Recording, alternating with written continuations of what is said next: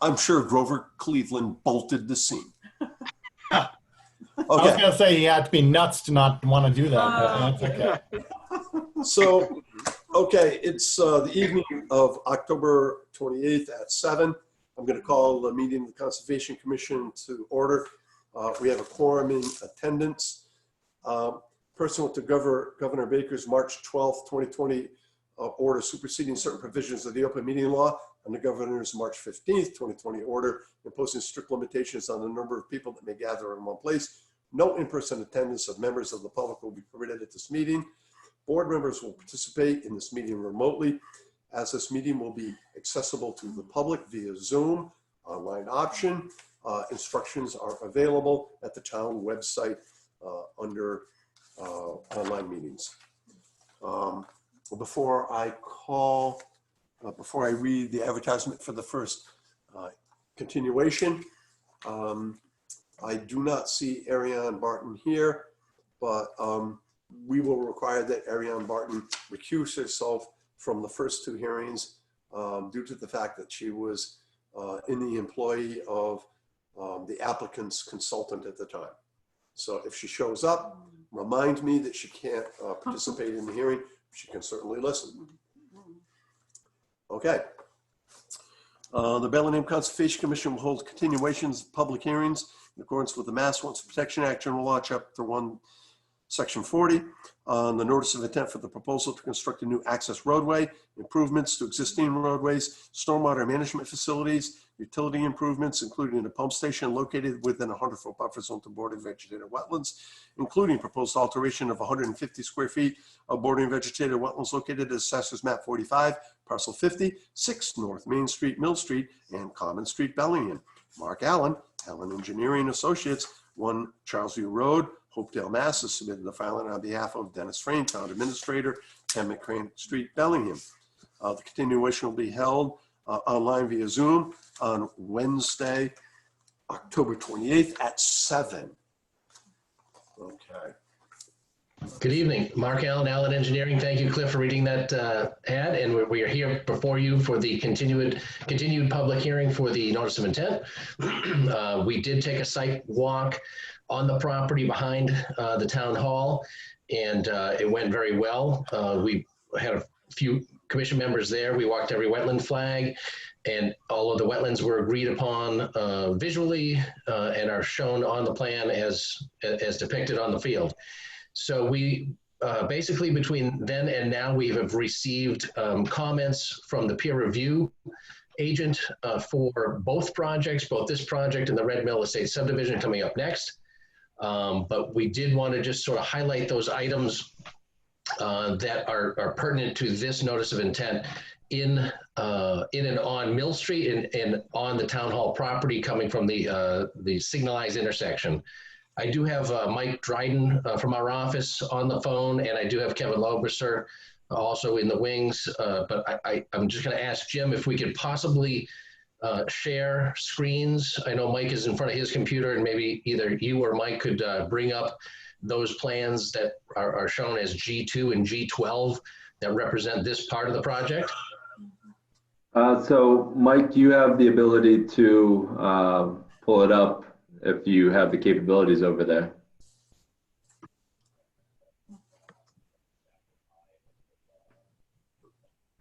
Mike is muted. Yeah, he may be muted. You wouldn't happen to have those two files that Mike sent you, Jim? I can pull them up, yeah, if the chairman would like. What happened to Mike? There he goes. Can you hear me now? Okay, here he comes. Thank you. I was muted apparently. Sorry about that. No problem. So Jim, yes, I did send you several PDFs, and if it's easier for me to share my screen, I believe I can do that. Whatever works best for you. I'm interested in PDF G12 to start. What was this information received? So again, it's up to the chairman, but Mike, you have the abilities to share a screen if the chairman allows it. Okay, let me try to do that now. Can everybody see that? Okay. No. You cannot see that. No, we cannot. Okay. bear with me. Let me see I if think I we're can. getting somewhere. Yeah, we're getting somewhere now. We see your house. How about now? Can you see that? We see a I house. see your house. Yeah. So I have a dual screen set up here, so maybe I just need to drag them over. Does that work? Yep. Yes. Great. We're in business. And everybody can see that. Yes. Okay, so as Mark said, we just wanted to walk you through what we have been doing since we last met on 8/26. And as Mark mentioned, we did receive comments from BSC Group. We received site civil comments, wetland-related comments, as well as traffic comments. Of course, we won't be talking about traffic tonight, but before I get into this, I just did want to make it clear that it appears, based on BSC's review correspondence, that in some cases, they may have been reviewing the wrong plans. It's very unfortunate, but the plans that were intended for their review are dated 6/30/20, and it just became obvious as we started to read their comments that, again, some of the comments, perhaps from some of the personnel at BSC Group, were looking at plans dated 3/5. And obviously that's going to be a little bit counterproductive. We'll certainly work through it, but it's unfortunate because I think, one, the comments would have been less numerous, and two, probably a little less critical, if you will. But again, when we issue our response to comments, we will note each one of the comments that we believe are related to a superseded set of drawings. We'll get past this and we'll move forward, but I just want everybody to know that. Okay, hold on just a sec. I don't believe the commission's in receipt of these drawings. I do not. We have not seen these drawings. The ones that we shared with peer review are the ones that were submitted to us. Correct. We- I apologize, Ann. That is correct. The ones that were sent to peer review were dated in June of 2020, but for some miscommunication reason, they reviewed the March 2020 and maybe the June 2020 as well. But just so that we can kind of preface this meeting tonight, this is just a working meeting. We want to show you where we are to date. These plans have been worked on over the last few weeks that incorporate everything from our site visits to our town meeting visits to our peer review comments. So we totally understand that this is the first time that you're going to be seeing these plans. We've promised you that we've been moving grading away from wetlands. We've promised you that we've been working with CHA to bring the MS4 drainage down Common Street. We've been promising you right in, right out only at Mill Street. So just let this be your first introduction to the revised plans dated today, so that once we send these out to the peer review for review, they can have this comprehensive set for them. Again, we don't anticipate any sort of closure in this project tonight. We just want to bring you up to speed as to where we are today. Excuse me, Mark, we need to have these submitted to the Conservation Commission. I'm sorry that there was this miscommunication. However, all I do when we have peer review is I submit the plans that were submitted to us. Now, I did understand that maybe we're working on some revisions. However, the Conservation Commission does not have any of those revisions in hand. So please get those plans out to us. Oh, absolutely. And we totally intend to do so. But we were, like we say, this is just an interim, first showing of you of these revisions. We will drop them off by the end of the week, by all means. But we just want to show you where we are today. Could I just interject? I think we're talking about two different things. The latest revision of the plans is dated today, and of course, nobody has seen them yet. No town officials have seen them, but the plans that were issued, I believe the commission was sent the 6/30/20 plans. BSC Group actually references those plans in their letter. So I just want to clarify, the commission and the planning board have been issued revision 1, which is dated 6/30/20, and that's what BSC Group reviewed in part. Okay, but we haven't seen the plans that. You haven't Oh, seen we the haven't plans that seen were. the updated plans, no. So we need No, to. of course. Okay. Those plans are dated today. They haven't even been issued to you. So as Mark stated, we just want to kind of tell you what we've been doing and what you can expect when you receive these plans as early as tomorrow. So if I could just walk you through some of the changes with the plan on the screen. We've done a comprehensive revision for this plan set. We've listened to the commission at both informal meetings during the site walk and at our first meeting on 8/26, and we've responded to that. So let me just give you a quick overview based on what is on your screen. First and foremost, you'll recall that the basin located behind the town hall was graded right up to the wetland edge, and although the town is exempt from the local bylaw, it was requested that we be held to the same standard as if it were not a town-sponsored project. So you'll note on the plan before you that there's a white gap between the bordering vegetated wetland and the toe of the slope. That's the 25-foot no disturb. We have fully respected that. As Mark had briefly mentioned, we had been working with DPW and the town's consultant, CHA, to coordinate flow from not only Common Street and the Common Street extension, but from areas along Mechanic Street as well. So that basin, based on the constraints that we have before us, is graded as large as it possibly can be to accept as much flow as possible to, again, help the town with its MS4 flow requirements. On the upper center of the sheet, it's hard to see here, but you'll recall that there's a very small wetland impact associated with sidewalk construction along the south side of Mill Street.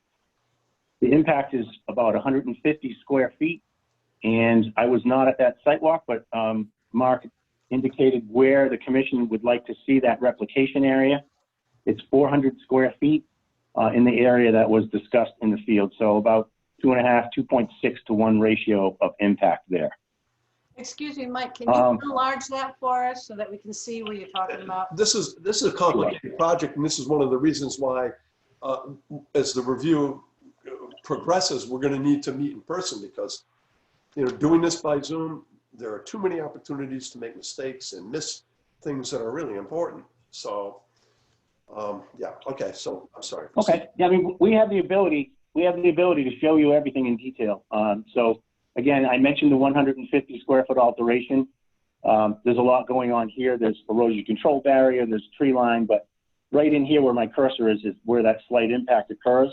And this is the area, the 400 square foot replication area that we've detailed on the plans. Again, 2.6 to 1 ratio to mitigate that small impact. What I'd like to do is go to the next sheet. I'm going to go to G2. Can everyone see that? Yes. Great.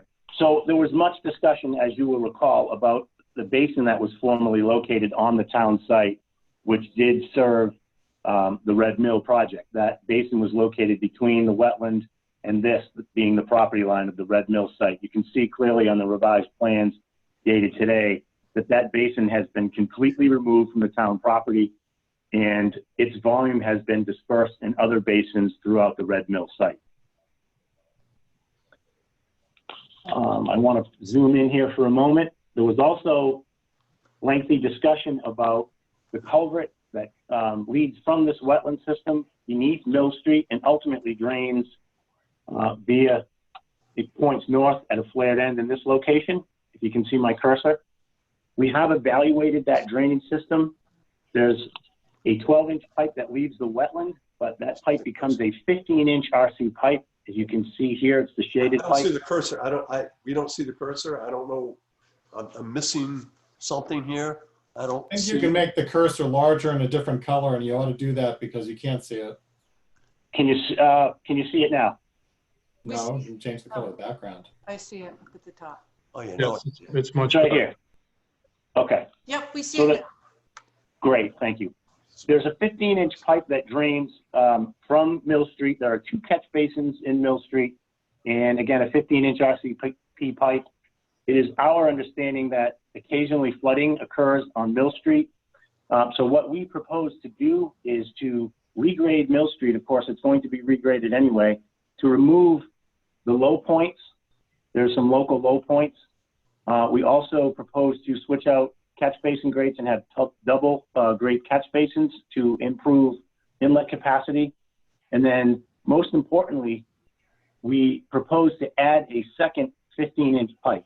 So what you see here is ghosted as the existing 15-inch pipe, and then this bold line with the D is a second 15-inch pipe. So now you'll have double the outlet capacity from the drainage system on Mill Street.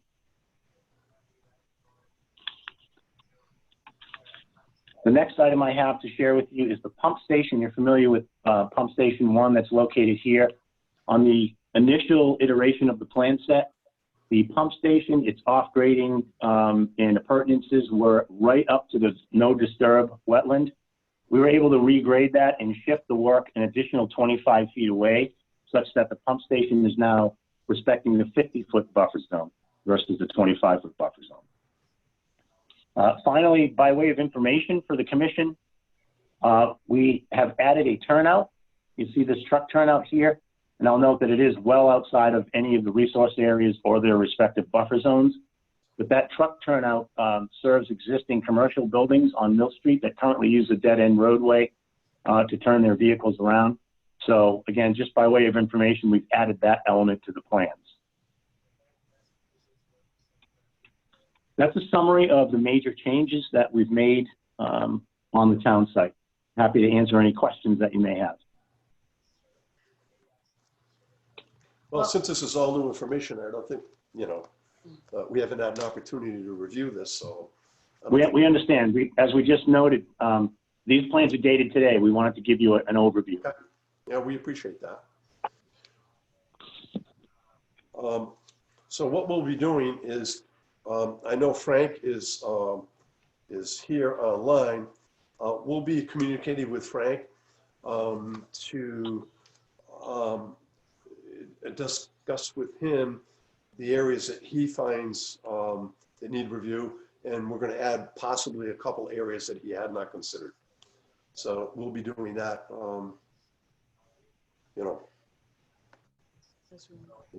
moving forward. Okay. I have a question. With this redesign, I'm sure you have revised stormwater regs, calcs, I'm sorry. Have you, Yes. you revised? Yes, we have. Okay. Okay, so those would also be dated today. Yeah, That or is correct. tomorrow. What we plan on doing, Ann, is issuing you these plans, a complete written response to all comments by BSC Group, and issuing you all related material supporting it, i.e. the drainage report revisions. So yeah, you will be getting a comprehensive package within the next day or so.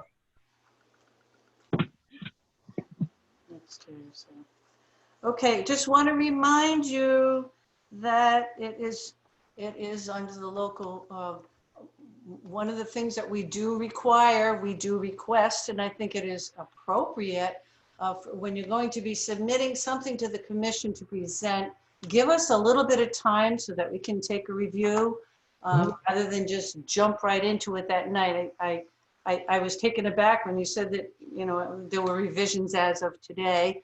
We appreciate the fact that you're moving forward. That's great. But bear in mind that this is a public hearing, and it would be really nice if we were able to see it in advance so that we could comment and move forward. Absolutely, note taken. This is a slice of time today, and this is where we are today. So we anticipate, obviously, moving to the next meeting and having a back and forth with Frank and with BSC. And the commission. Right. I mean, and to your point, Ann, we certainly would have liked to have plans to you 2 weeks ago, but given the date of the BSC review and DEP comments, we worked very hard over the last couple of weeks. And again, just wanted to take this opportunity to give you sort of a courtesy overview.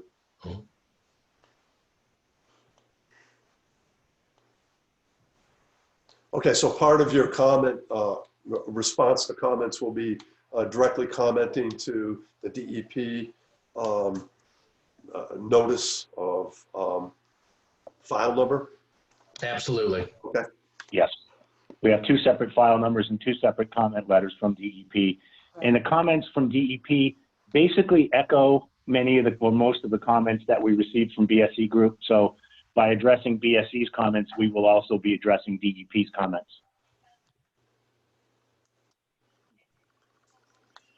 It might be helpful for our review to spell them out individually so that we know. Mhm.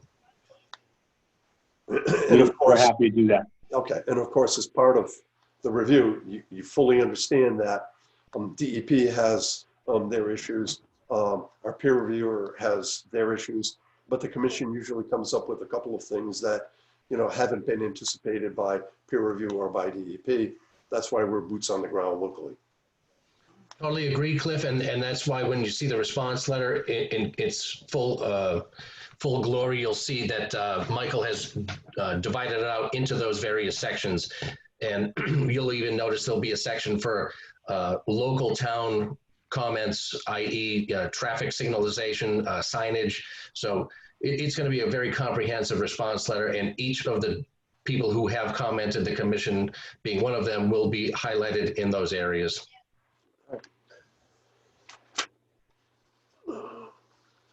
All right. So I think that's probably the extent of what we can do here tonight. Does anyone have any questions? Well, we can't really comment on what we just got. So does anyone on the commission have any comments relative to our site inspection? All right, there's one thing I want to mention, and you know, I'm not sure if it had been accommodated. I know that early on in the process, it was the intent of the applicant to deal with the drainage on Mill Street and Common Street. Have you anticipated dealing with the drainage from the parking area at the town hall? Yes, absolutely. In two different locations, the upper level and the lower level, Cliff, have both been evaluated and incorporated into all of the hydrology calculations. Absolutely. Good. Okay, that was the only thing I had.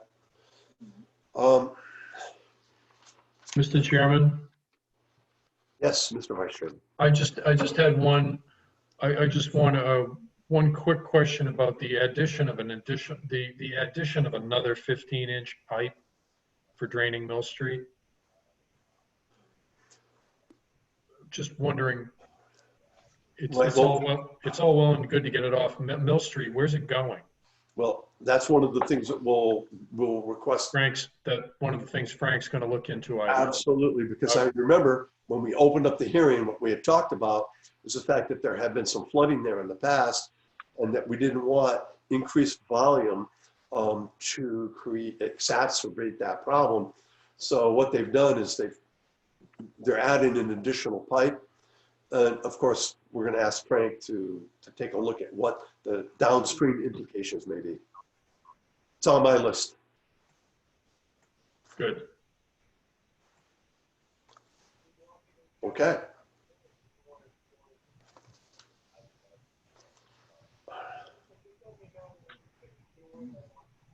All right. So if there's no other comments, then what we'll do, you know, it's almost time to open up the Red Mill portion of it.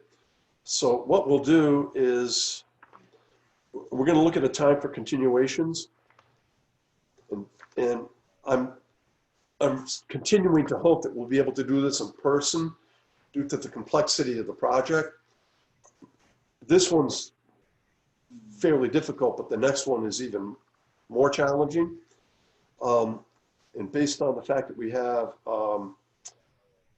holidays in November and December, and the workload the commission's under, and the amount of work that's going to need to be done for review, I'd like to continue this to the first meeting in January. That would be January 13th at 7 o'clock. And I'm going to ask that any information prior to that meeting that we receive, I mean, I know there'll be back and forth on peer review, and we understand that, and that's appropriate, but any substantive changes to plans, we'll need to get it, you know, just after the first of the year, so it can get out to the commission so everybody can see it. If I could, Mr. Chairman, Mark Allen again, this commission has had these plans since June. And I think at least on this town hall piece, we're kind of at like one or two items just that Frank needs to review as far as the drainage basin and this outlet pipe. I think we can have that turned around real fast, and I think it'd be a crime to wait another 2.5 months to do so. So I'd request that whenever we get you all that information and Frank gets us back his review, we ask to be put on whatever meeting is after that by 2 weeks. No. Well, we don't know when that is. Correct. So it's filed, it's continued, obviously, and it's an ongoing hearing. So whenever Frank and Allen Engineering get to a point where we're comfortable to reconvene, we will ask to be put on that next agenda. No, that's not how public hearings work. This is the public hearing, so you have to continue with the public hearing to the next A specific- scheduled date, specific date. So I would request that you just put us on the next scheduled date, and then we would ask for a continuance if necessary. No, we're not going to put you on for November 4th. Much appreciated. Thanks for the help. No, we're not going to put you on for November 4th. That's an insufficient time. That's next week. What's the next meeting after that? We are holding a meeting. We are only holding one meeting in November on November 4th. Okay, so we respectfully ask to be put on the December meeting, please. We would grant you that extension.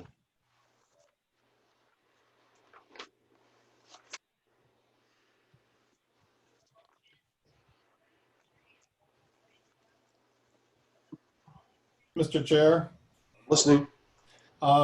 if the state does still not allow in-person meetings, public meetings like this, and we decide that this project, as you've stated numerous times, is one of the more complicated ones we've dealt with, as well as the subsequent one that's coming up in the next hearing.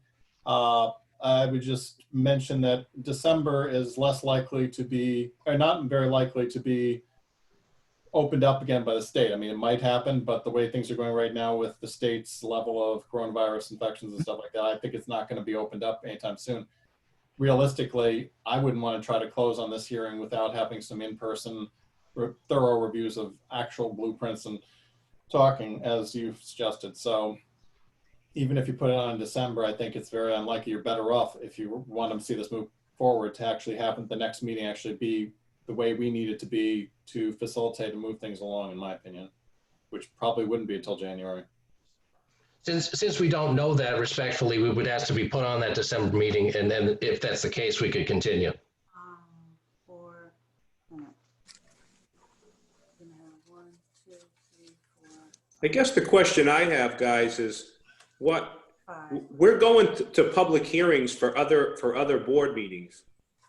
Why can we not do this if it's so important that we have to do it?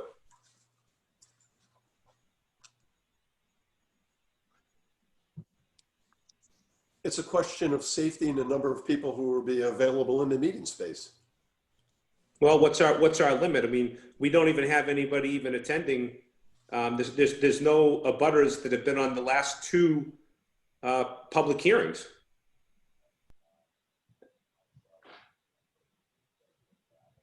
Oh, I think the chairman was referring to our board members.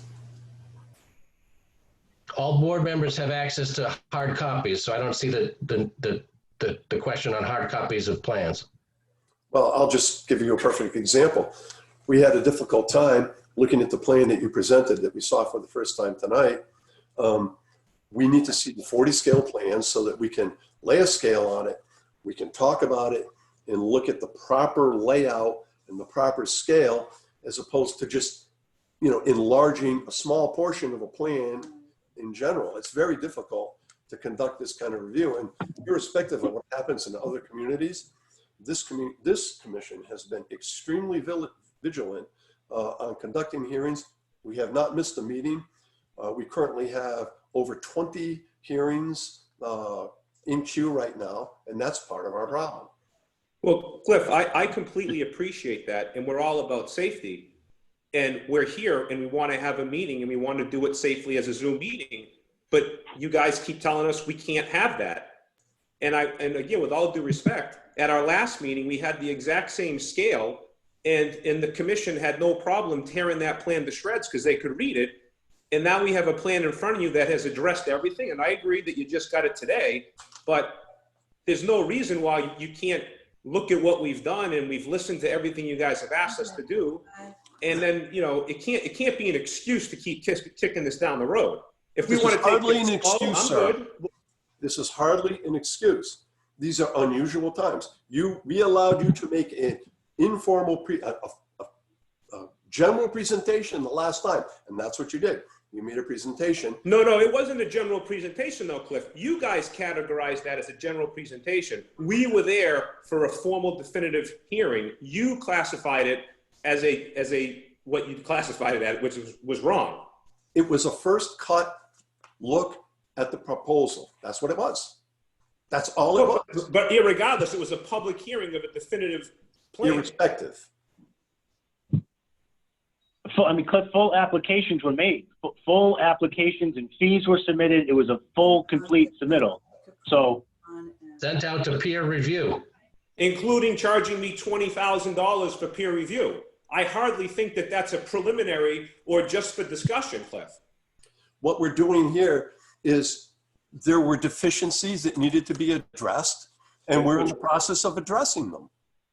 As with every I am good with that, and I am all about the safety. All I'm saying is that you cannot just keep kicking us down the road and telling us that we cannot address this, even if it's one meeting at a time and it's a couple pages at a meeting. That's all I'm saying. We can't have it both ways. I mean, the governor made these rules, but it was also so that business could keep moving forward. And you will have hard copies to put a scale on in a day or so. So pushing us to January from October seems a bit extreme.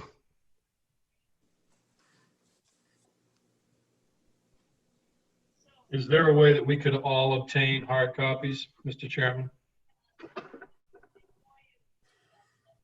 We can print as many copies as you'd like. Well, and so you will have to just, if they are delivered to my office, they'll just have to be picked up, that's all.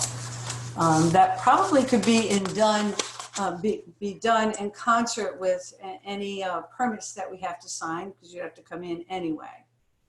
I think if they can get us the plans in a reasonable amount of time in order to review and prepare for the December meeting, and we could obtain the hard copies, I think that would be a reasonable middle ground, don't you?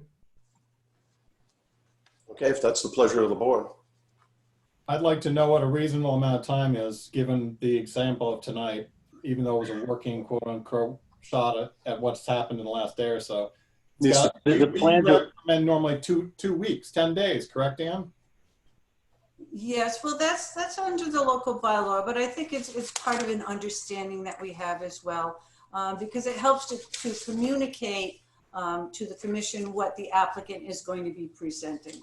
And you know, we have situations like we have tonight where there are revisions, and the applicant does present those, which we did tonight. It's difficult for us to comment.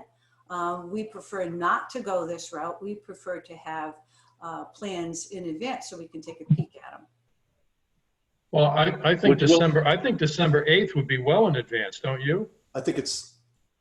I mean, I think they could get us. I think they could get us if the peer review is done and that is the final plan that they're submitting. I think it's December 9th. Is it December 9th? Oh, 8th, 9th, whatever. Well, there's a big difference. Not a big difference. No, you're right. It's the 9th. Okay. So it's the We 9th. have a number of hearings already scheduled for that night.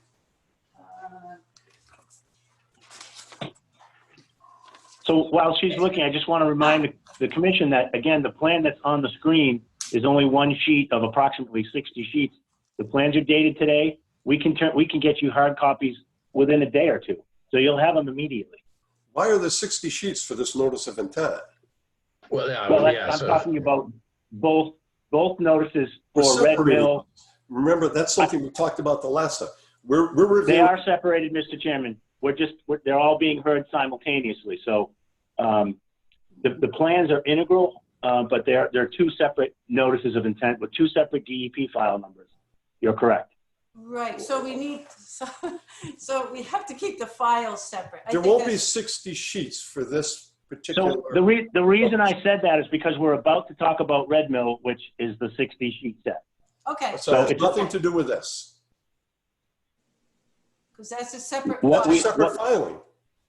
We That- understand that's that. fine. Yes, We it's a separate understand file. that. Hold on. Too many people talking at once. This is a notice of intent for the roadway, the changes on Mill Street and Comet Avenue. There should be what, 2 or 3 sheets for this? So let me just clarify. When we give you hard copies, we're going to give you a small set for the town site, and then we're going to give you a very large 60 sheet set for the project we're about to talk about, We'll talk about that. because they're later. on a parallel track. That's fine, that's fine. That's all I was trying to say. Well, yeah, what you said was there'll be a 60 sheet set delivered for this project. My goodness. Okay, I apologize for misspeaking.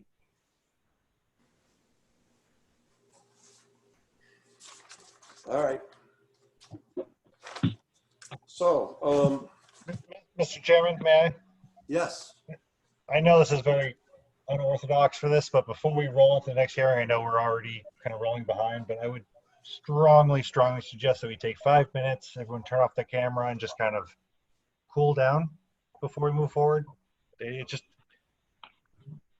We're not going to be very productive in the next meeting if everyone doesn't calm down, get level head, and move forward. I would agree with that completely. I think that this team has been, based on the first hearing, if I just could quickly, and even tonight, there's been sort of a tone here. We're listening to the commission. We're working very hard to address each and every one of your comments, and we need to find a way to work together, to Sean's point. I couldn't agree more. Let's try to be respectful to one another, and let's do the best that we possibly can in a very difficult time to work through this project and get it done. That's our ultimate goal.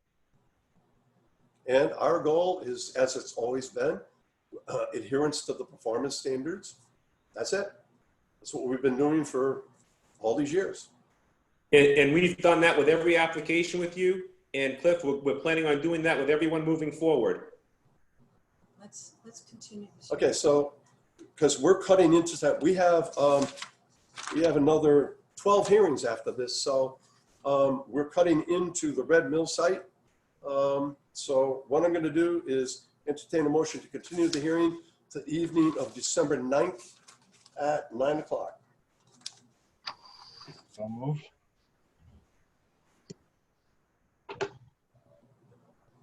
Second, Was that, who seconded, please? the vice chair. Okay. All in favor? Aye. Aye. Opposed? Okay, by unanimous vote.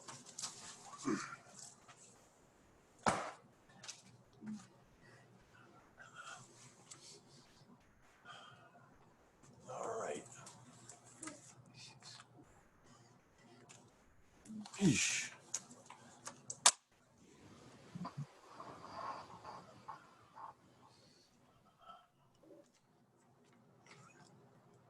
Okay. Bellingham Conservation Commission will hold continuations of public hearings in accordance with the Massachusetts Wetlands Protection Act and Law, Chapter 131, Section 40, and the Bellingham Wetlands Protection Bylaw, and the notice of intent for the proposal to construct roadways, associated utilities, and stormwater management system for the residential subdivision entitled Red Mill on the Charles, consisting of 109 single-family dwellings, 54 townhouses.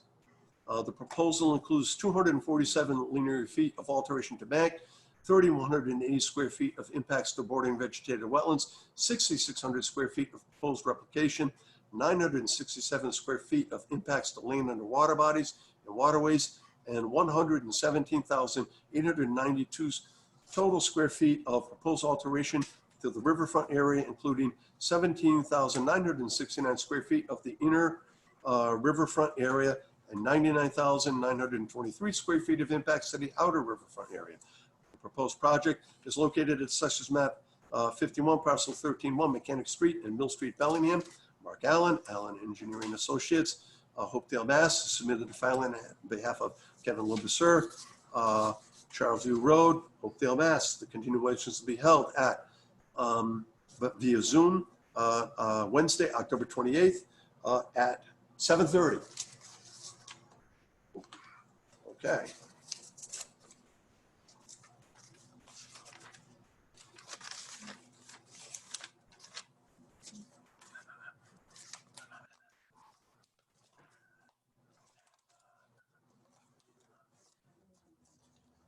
Okay.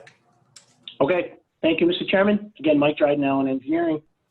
Much like the last notice of intent that we just discussed, I just want to give you a very high-level overview, 7 or 8 quick bullet points of what we have done. Again, listening to the commission very early on in the project, some of the concerns that you raised. So once again, plans are dated today. You will have them by week's end, the hard copies for this notice of intent as well. At the top of the list, BSC Group had commented that the plans were difficult to read. There's a lot of information on the plans. We agree with that. I left this example on the screen because we have vastly improved the legibility of the plans. You'll note that the existing conditions are clearly screened back. Proposed information is shown in bold black.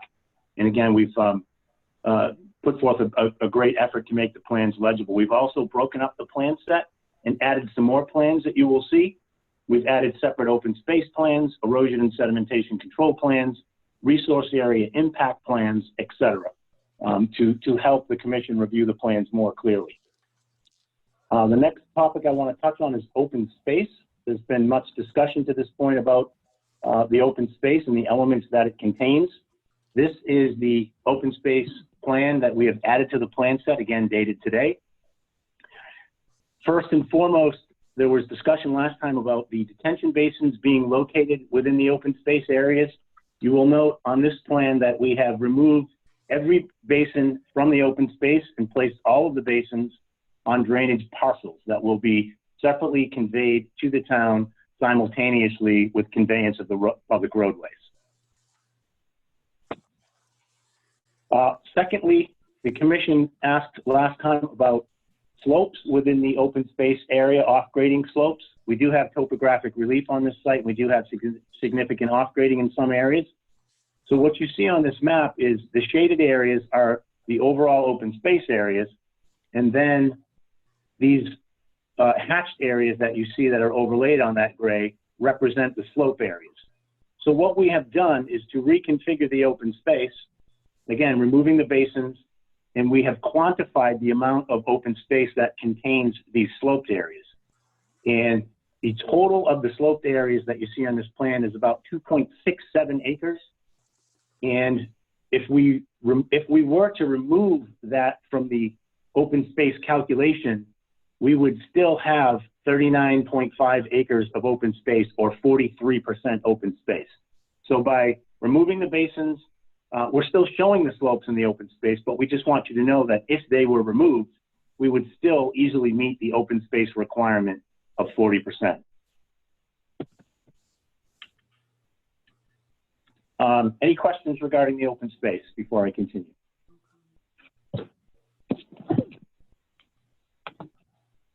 Okay.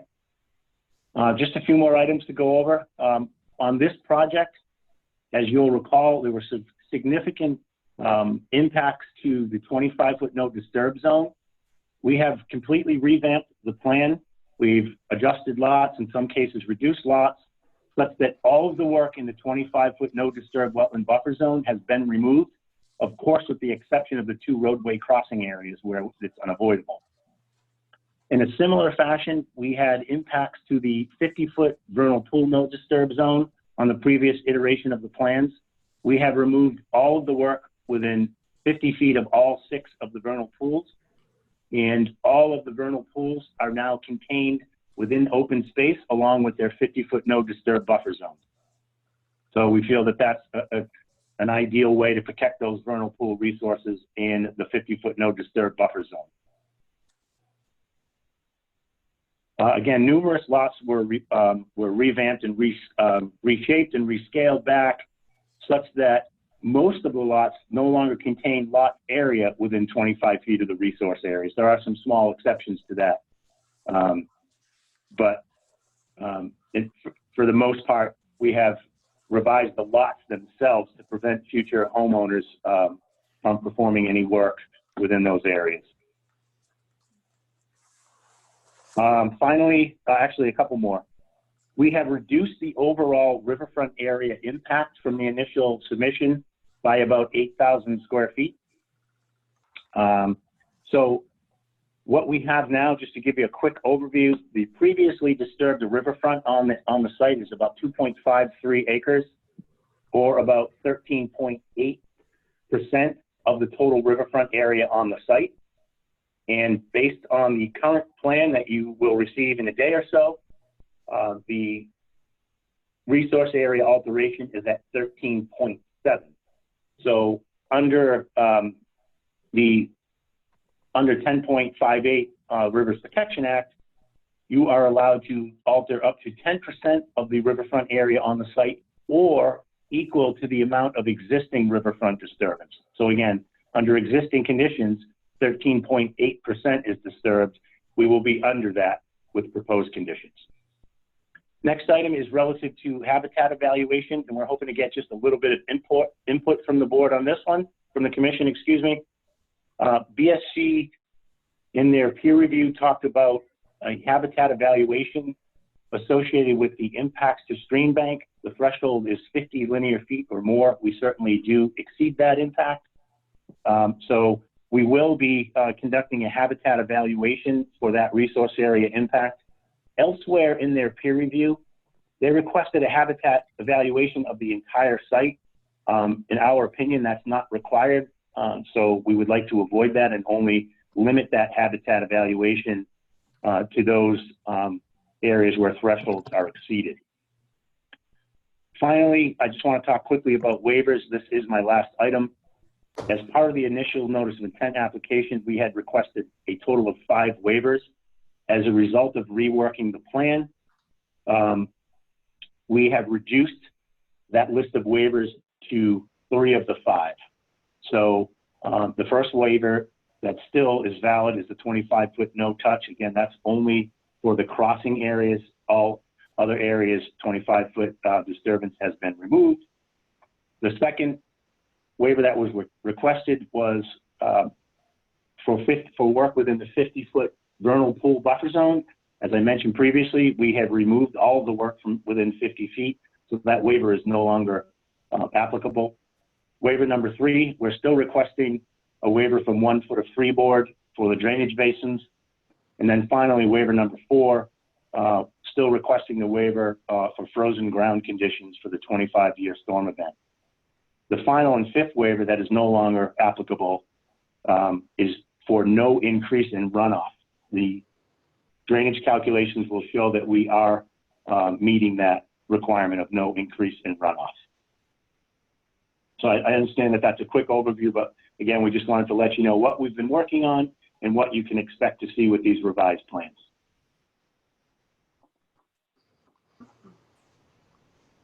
Okay. The peer review for the planning board is a little different than the peer review that BSC is conducting for the commission. And I just want to remind you that BSC's peer review was not really peer review. It was a memo that was establishing a roadmap to try to address significant deficiencies in the design of the project.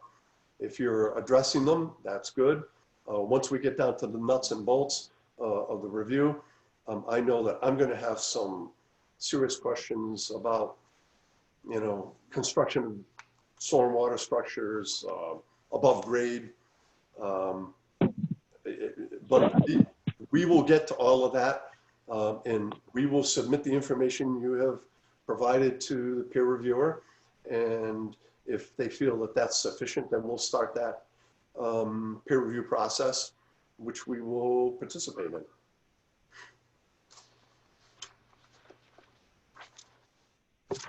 I'm going to ask Frank. So Frank is here now. I'm going to ask Frank he thinks that there has been sufficient progress made to commence. Is Frank around? I saw him earlier. I'm here, yes. Okay, Um, thank you. I think there has, based on the discussion, but I want to withhold a definitive answer till I see the revised plans and materials. Okay, And if I get them Friday, Monday, we'll start looking at them next week, certainly. Great. And I just wanted to make one final point, if I could, Mr. Chairman. You just mentioned significant deficiencies, and I want to again just reiterate that there were some things that BSC Group did miss when they reviewed our plans. I don't disagree that we still have some work to do and some additional comments to address, but there were some fairly substantial comments that were rather scathing, if you will. And if upon closer inspection of the plans, they would have found a lot of the information that they had cited as missing. So I just want to remind them that, you know, we worked hard on these plans, and if there's any questions as to where information may be located on plans, we're happy to answer those questions through the commission. If he is going to be doing some farming activity there, with tilling the soil? excuse me. Who's this? Who's speaking? Who's speaking?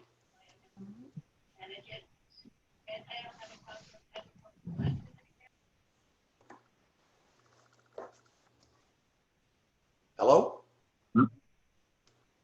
Jim warned us of this. No one's unmuted. I don't know where that was coming from. You're good to go. Okay, thank you. Okay. Wow. Where were we? Yeah, that's good. I'm sure that, you know, we'll, as everything's getting revised, we're going to move forward on the project, and we'll be able to do a good peer review and have comments from the commission. So you'll be sending in the revisions on the plans and the stormwater calculations soon as well? Correct. So will that be in the same time you'll be sending in the other ones? You know? Yes, everything will be packaged. All those separate filings and separate plans, everything will be submitted simultaneously. We got to keep them separate. Yep, we will. Okay. Mike, you want to release the screen share? Oh, sorry about that. Yeah. Oh, okay.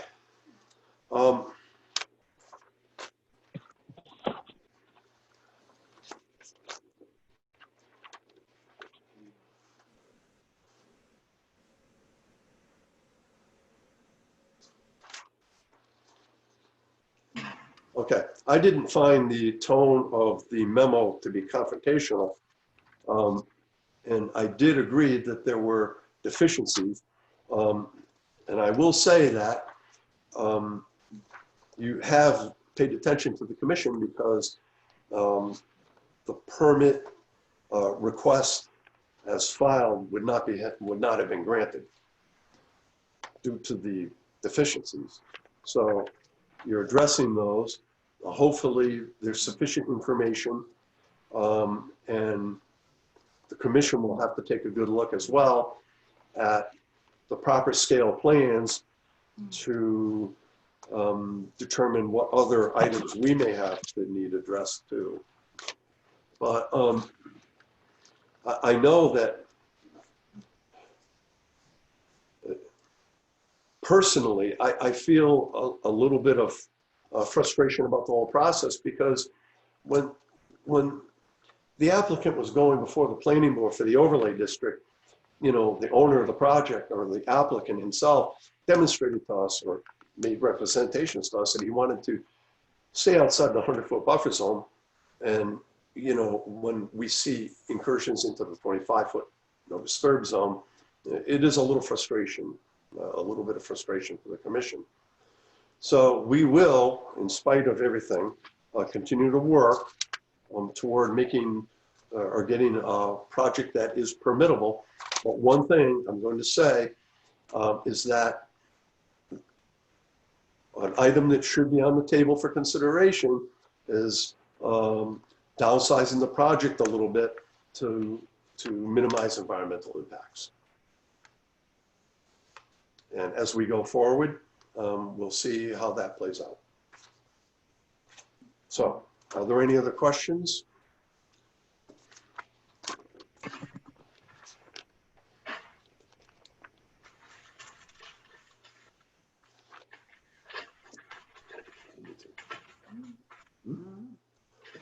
So this project is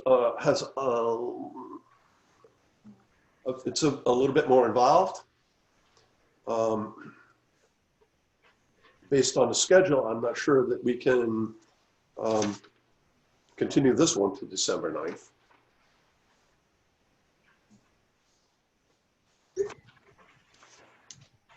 I think if we ask Frank what his workload is, I think he will be getting these revised plans at the same time as the town project. So the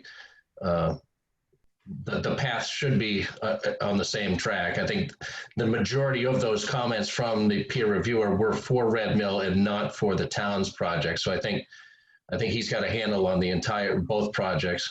Well, just remember, these weren't, Frank's comments were not actually comments, but it was a memo addressing deficiencies. So he really hasn't made any comments. He was just notifying you that there were certain things that were not going to be permissible. And now apparently you've addressed some of those. I don't want to put words in your mouth, Frank, but. Sure. I think there's sort of two aspects. So we did a review for the planning board that included the drainage for both the town section and the Red Mill section. The wetland section, excuse me, addressed the Wetlands Protection Act, and those are the ones that are really for the general deficiency. So I can speak for myself and my own staff. I need to speak for the environmental folks. And particularly, I really want to reserve my rights to take a look at what's coming back. Okay. I think if the plans have been revised, like the one that was showed right at the corner where the pump station is, those are very readable plans. It was extremely difficult. And I blew up plans on my screen to 400%, as well as had the full scale plans. It was very difficult to read those plans. So I hope that what we saw is what we're going to get for all the plans, and that would be a great help in our review. And I apologize for that, Frank. And I don't, obviously these COVID times are a little trying, but a civil phone call and and saying, can I have a set of hard copies printed right from our plotter would have eliminated a lot of those comments. So I think moving forward, if you just have any sort of minor questions about where a detail is, where a spec is, I can't read this. Can you courier over a set of drawings? Please, let's work together to do that. I'd hate to just kick this down the can for a comment that doesn't require more than 5 minutes worth of work. And we need to route our comments through the appropriate town agency. We can do that through planning or conservation, so we can do that. If I recall, Jim did allow us to talk to you direct, so unless that's changed, just let me know. No, Mark. No, so through me and Ann and I, excuse me.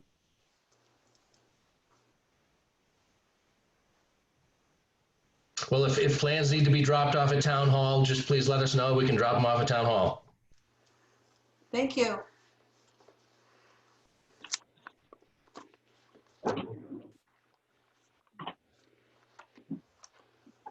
Gotta continue this. When?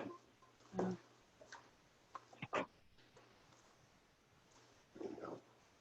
9th? I don't know. So,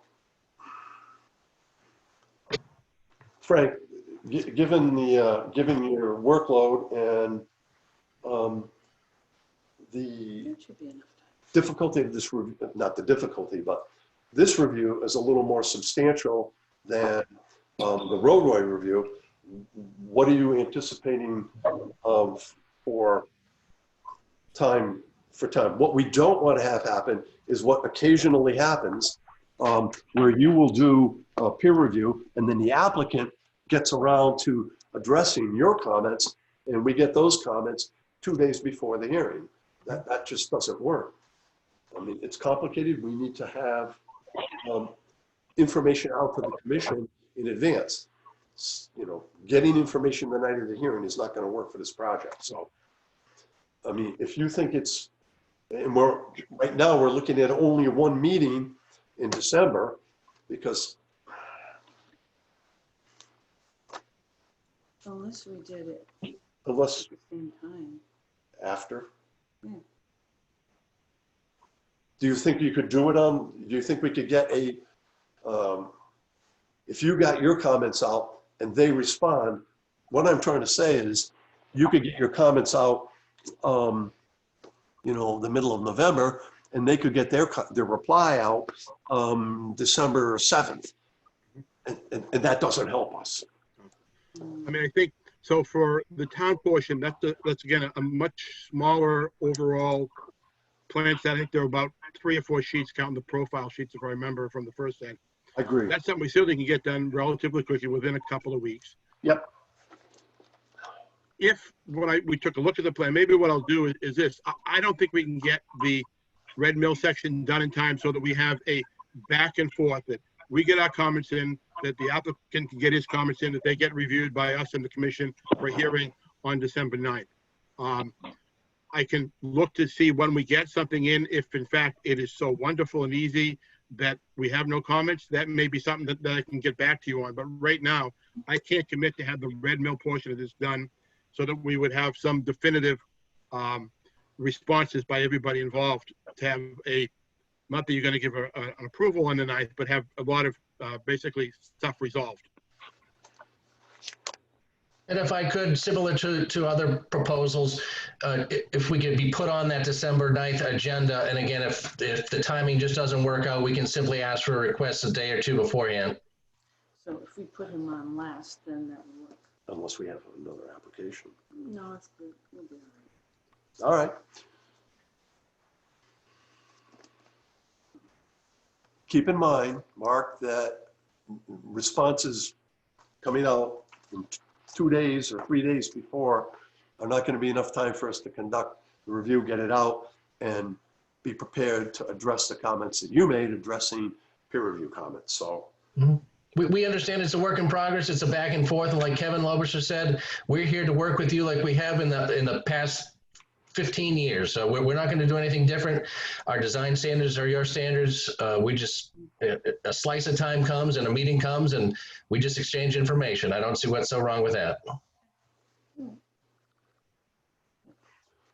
right, I'll entertain a motion to continue the hearing to the evening of December 9th at 9:30. So moved. Second. Discussion? All in favor? Aye. Aye. You got 4. Okay. Opposed? All in favor? All right, by unanimous vote.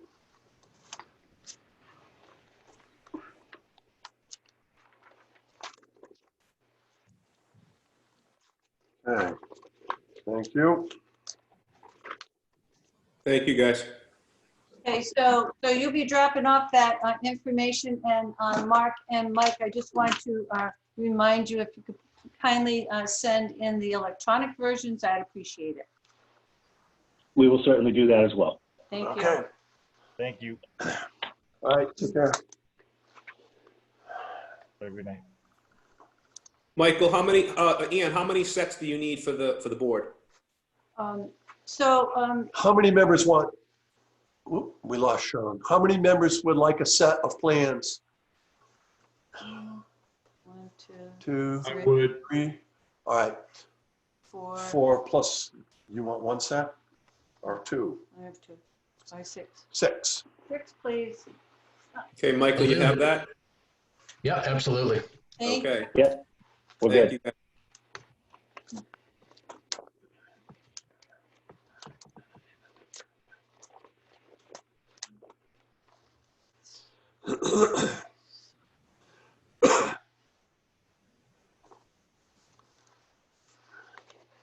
Okay, the Bellingham Conservation Commission will hold continuations of public hearings in accordance with the Mass Wetlands Protection Act, General Law, Chapter 131, Section 40, and the Bellingham Wetlands Protection Bylaw, and the notice of intent for the proposed grading and landscaping associated with the construction of a single-family dwellings located within a 100-foot buffer zone for border vegetated wetlands. at Celestial Circle, 16, 5 Lovers Lane, 7 Lovers Lane, 9 Lovers Lane, lots 76A, 79A, 80, and 81. The continuations of John Federico, Gary Ann Howland, Milford, Mass. Is submitted. The filings on behalf of South Central Realty, Corridor Drive, Milford. The continuations will be held the evening of October 28th at 8. We will be hearing all 4 of those. Okay. So we have all 4 of them. If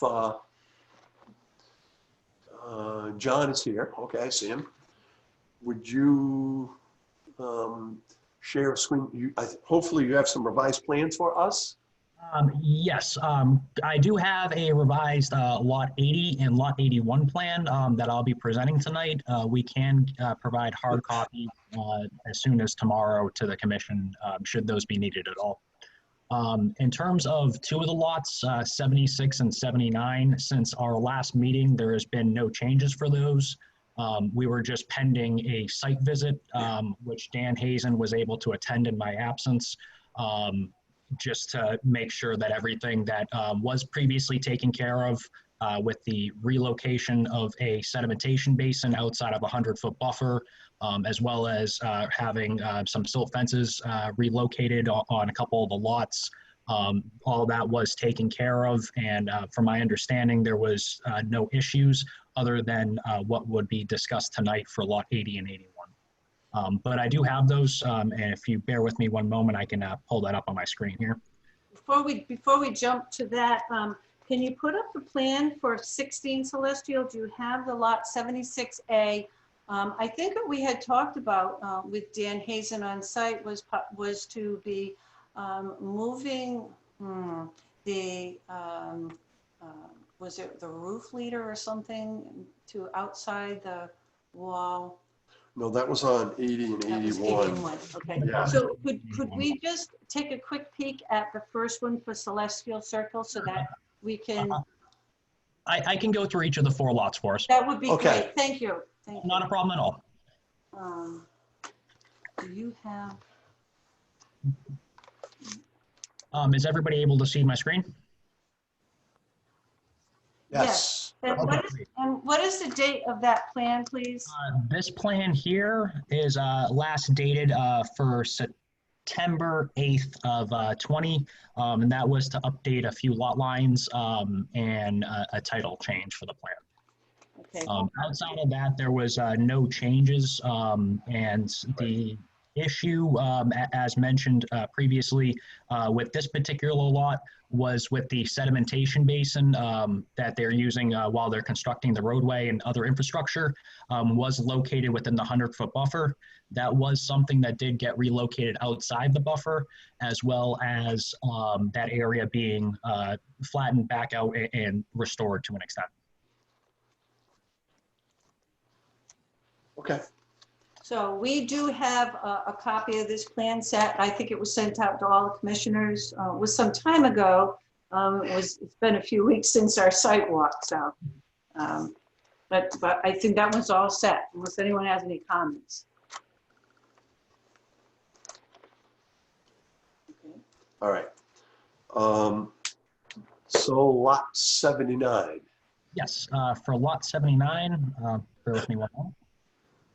We do have this lot 79 plan here.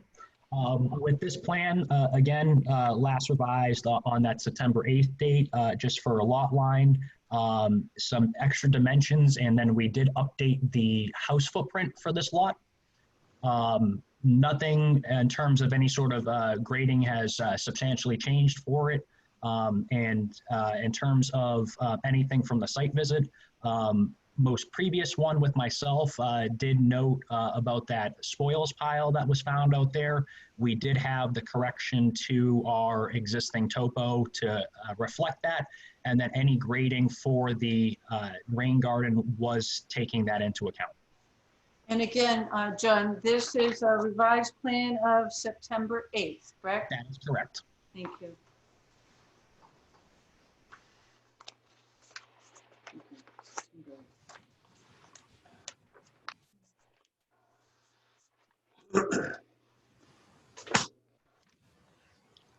Is there any comments for 79 at all, or should I move to 80 now? No, I think that's good. I think we're okay. Anybody on 79? No, that's good. Okay. All right, great, thank you. So this is the plan for lot 80. Per the site visit with Dan and the notes that I had on that, the commission did ask to have a detail for the boulder wall or the retaining wall that we are proposing. In terms of that, the wall height is not to exceed 4 feet tall. And we do have a new detail showing that along with the fence located on the back of the wall. In terms of the fence, it's not going to be the post and rail fences that would not meet building code requirements, but we are going to be asking that any fence installed, whether it be chain link or any sort of stockade fence or anything along those lines, would meet any sort of building code requirements, particularly passing of spheres, either 4 or 6 inches in diameter, and anything that might be needed for those. In terms of this plan, I believe a copy was sent to the commission. If you did not receive this updated plan, I will be more than happy to make sure that as many copies as you need do get over there within the next day or two. Okay, so I see the revision date on this one is October 8th. I don't think we have that. I don't recall receiving this, John. Okay, in that case there, I will definitely make sure that as many copies as needed are sent directly to your office. And I can have a PDF sent tonight if you would like that at all, Ann. I appreciate that. Thank you. Yes. Sure thing. And three plan sets, please. Sure thing. Thank you. John, could you enlarge that a little bit so we can? Not a problem. So just to enlarge, while I am at the, I guess, plan portion, we did have, sorry for my cursor being missing here, the infiltration chambers moved to be below where the retaining wall was. Previously, they were up in this area here. Yep.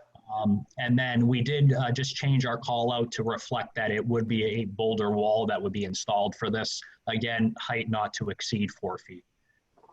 As grades do taper down over here as well along this property line. In terms of our detail itself, there's a much clearer view for what's being proposed there. Again, wall would not be anything that would need to be structurally designed as it's below the 4 feet. And then I will go into a little bit more detail for the larger retaining wall on lot 81 in a few moments. Mr. Chair, I have a question. Yeah. So that boulder wall shows in the detail you're focused in on right now in the center as if it was sitting on flat ground at the bottom. In fact, if we looked at the elevation plan or the plan to the left of that, I believe, and having walked the site there, that's midway or partially down a fairly steep, not fairly, very steep slope. Is that correct?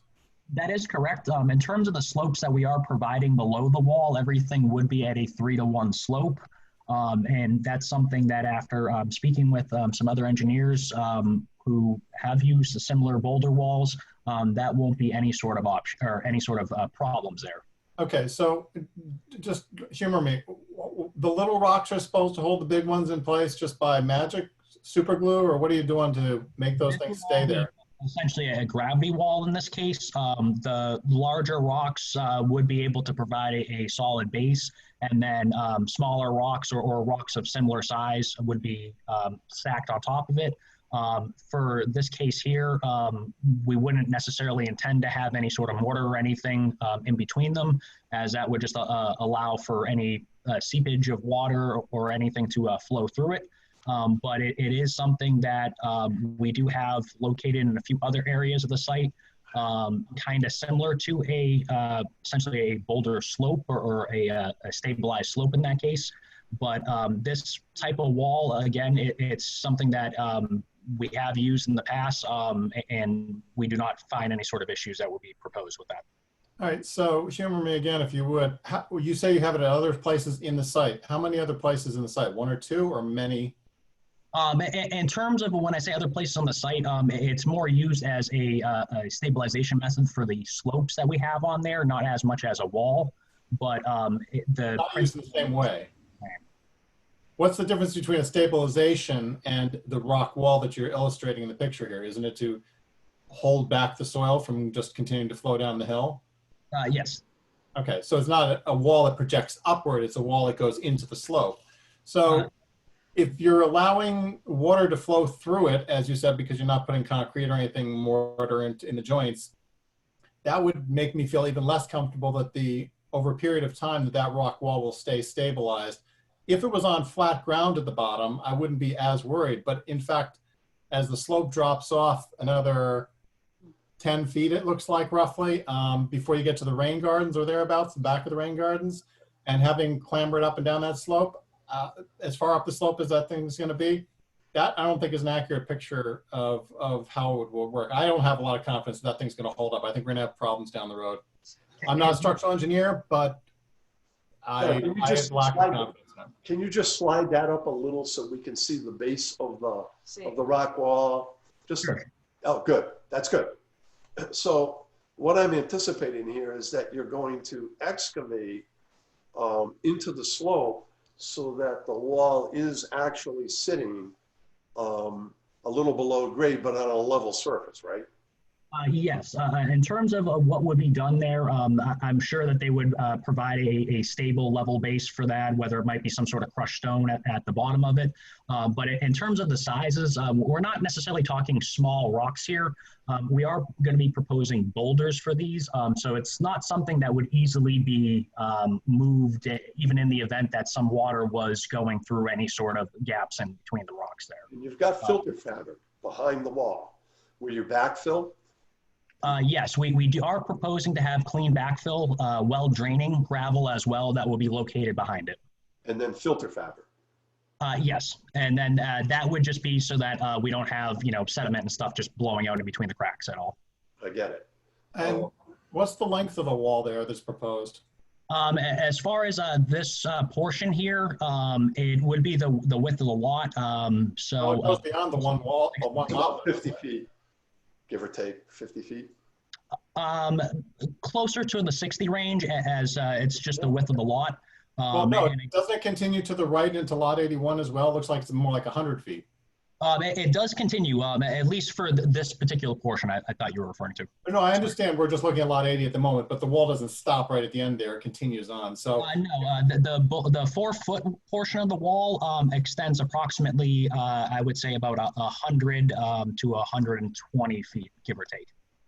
And then the actual 4-foot portion is much closer to be around 80 or so feet. Is there a reason they chose that instead of a block wall or something more standard? In terms of the block wall that would be proposed, it would be a gravity wall. This is the same as a gravity wall. It's just using more natural stone versus a physically constructed block in that sense. So it wasn't a cost reason, it's just more natural? Is that what you're saying? Yes. Now, I have reservations, but I defer to the chair and others on the board if they have, or the commission, if they have concerns. I wouldn't want to be in lot 80, that's all, or 81, that's all I got to say. Heavy rainstorms and stuff like that with some rocks that are supposed to sit nicely on top of each other, but they're boulders and they have irregular shapes. And then they're going to roll down quite a bit before they come to a stop. I have my reservations on it, but I don't want to hold things up. Any sort of irregular shapes, and again, I can get some more information if needed for it.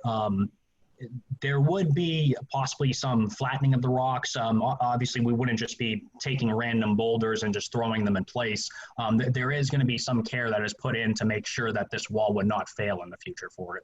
Again, it is going to be constructed as a gravity wall, and it is something that it's not just going to be haphazardly thrown together.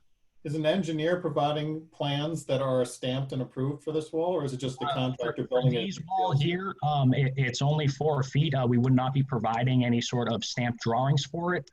We do have a larger portion of the retaining wall on lot 81 that we are getting a structural engineer to have stamped approved plans, and everything there, whether it be gravity, some sort of rebar based wall, anything with a geofabric in it, all of that would be designed by that structural engineer or in conjunction with the geotechnical engineer to ensure the safety and the feasibility for it.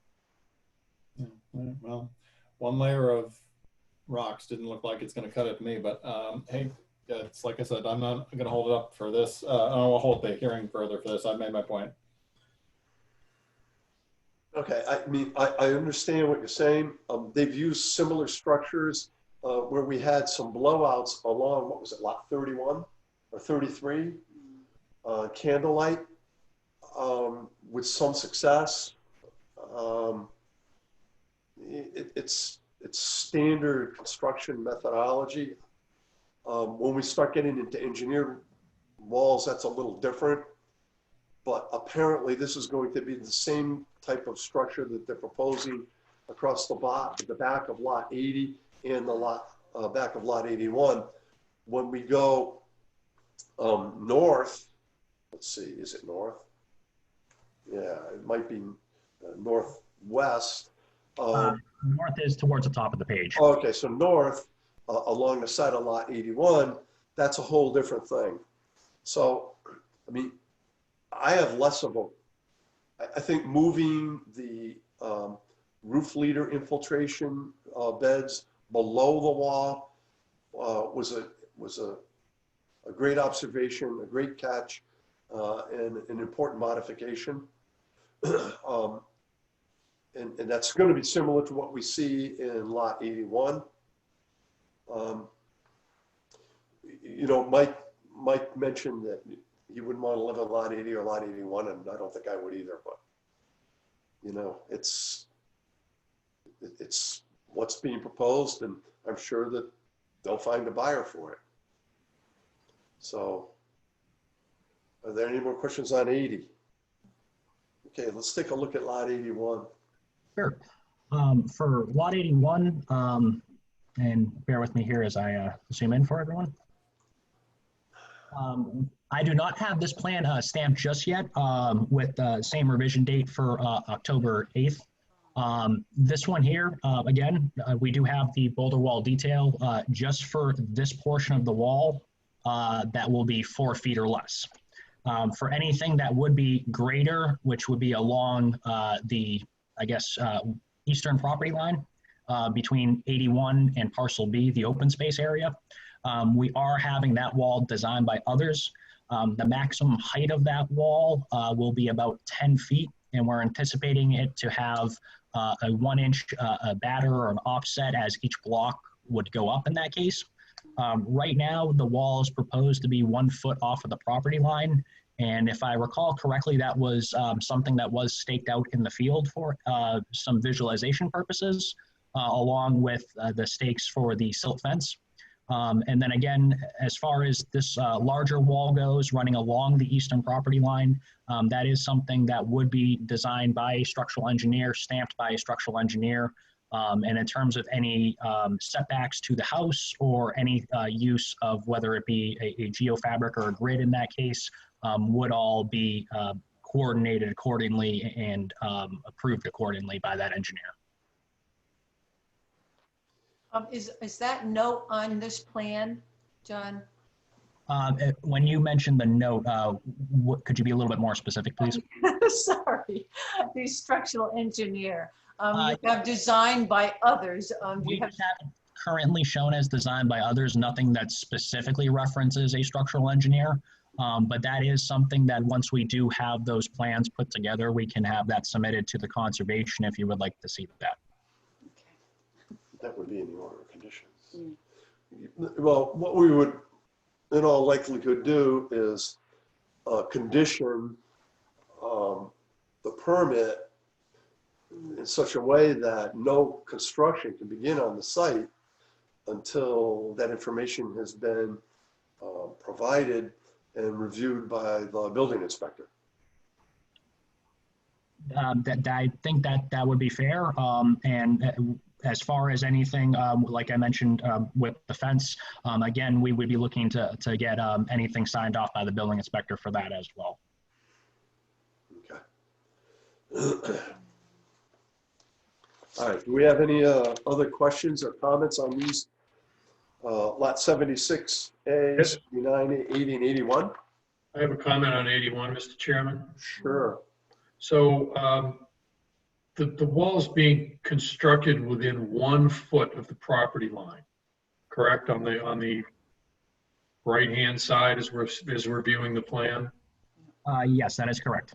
All right, so there won't be any incursions into the open space for construction?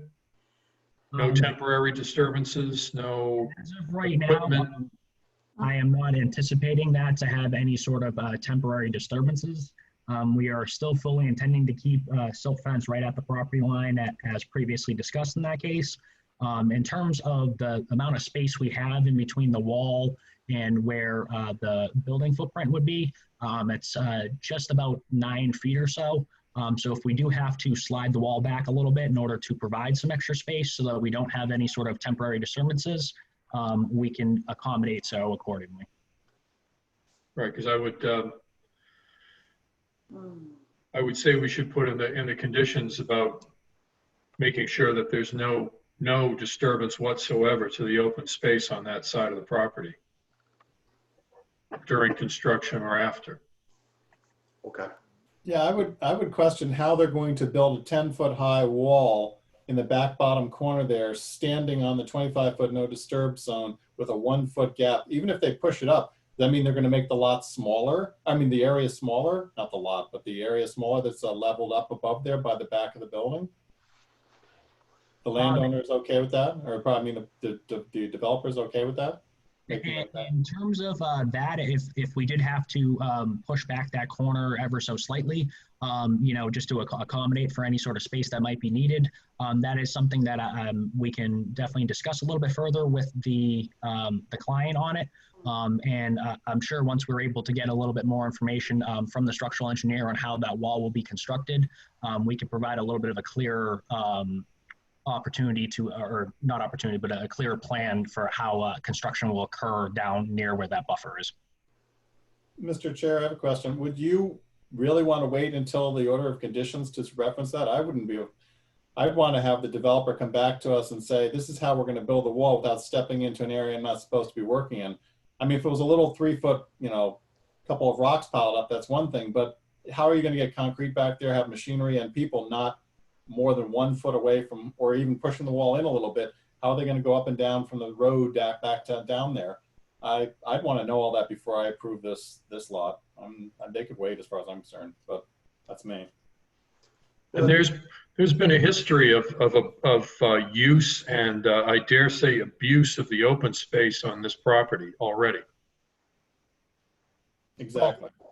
Correct me if I'm wrong, but I believe we wouldn't be moving forward with these plans until we actually had the engineered specs for this wall, correct?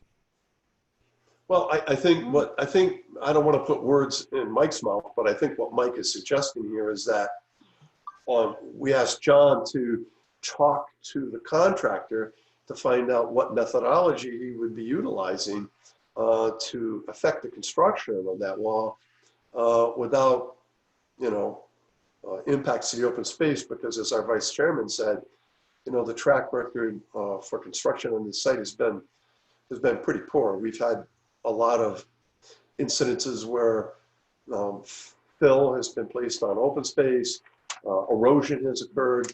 Now, we're not going to hold that against them, but it is something that is on our mind. And this site presents far more challenges than some of the other sites that were relatively simple. So how possibly shed any sort of light on the possible construction for this? I know if they are going to be proposing any sort of block there, we're not anticipating to have any fill where the building footprint will be brought in prior to that wall being constructed, as we would need to have that area, stabilized to do any sort of work there. So the intent would be to have the wall installed with the first base, whether it's a footing or like a larger block there, be a couple inches or several feet below grade, whatever is needed by the structural engineer. And then as they stack up the block or as they're using any sort of forms to pour concrete with any sort of rebar or anything that might be needed in there, compaction will be done in lifts along the backside of it to help get things up to the grades that they would need for the construction of the house footprint. So in terms of any impacts to the open space, I would not anticipate anything there. And we definitely can make sure that we do put emphasis on that silt fence and that area remaining completely intact. Well, Mr. Chair, I'll just say that I'm not satisfied with that. I would say the contractors, in my view, now responsible for, it's on them to prove to us, to our satisfaction, before we approve this building on this site, or this area on the site there, that they can do it. I mean, the guy who, or lady, who is going to be building that wall should commit in writing their methodology and their commitment to staying on the property and not going over it to put a machine or have some guys do it. What you're saying, John, may be correct. I'm not disputing that, but you're not the guy that's going to have to build it. And the guy that may or lady that may build this may or may not do it the way you're suggesting. And I'd want to see a commitment from the developer that that's clearly understood in writing, that they're going to commit to it, so we can hold them to it if we observe that that's not happening and we don't hear, oops, well, we didn't know that we couldn't do that, or something else. I can definitely relay that thought to the developer in that case. In the event that they would be open to that and can provide that sort of documentation along with any plans that might be needed for the wall itself, would we be able to at least have that added in as a condition for the approval of this lot in particular, so that we can keep everything moving forward? Or would that be something that you would require us to come back for another meeting? Well, I think what we're going to do, the strategy we're going to employ here, I'm anticipating, I want to continue for 1 week because we're having a meeting on the 4th. Mm-hmm. And I'd like to, at that time, close an issue for 76A, 79A, and 80. I think that what we're going to need is, I understand your construction methodology, but I think that we're going to need a narrative such as you described, and we're going to need the applicant's construction people to sign off on their ability to do that before we issue the permit. Now, if you can get that, if you can get that done in a timely fashion, then maybe we can close 81. But I think we can close the other 3 on the 4th, and we'll have to see what you get done on 81. If I may ask, why would we not be able to close out at least the first 3 tonight at this current meeting? Well, for one thing, I don't have the plans for lot 80. Okay. We're trying to group them. We were trying to group these 4 together, but this is a question that came up in the field. It's a very challenging lot, and we expressed our concerns about being able to build this. And you heard from the vice chairman and a member, actually 2 members, and I share their concern.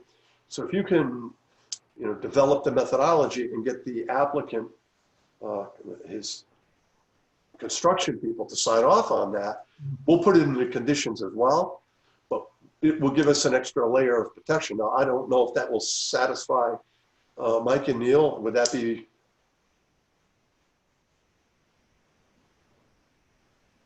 Yes. Yeah, that's good, man.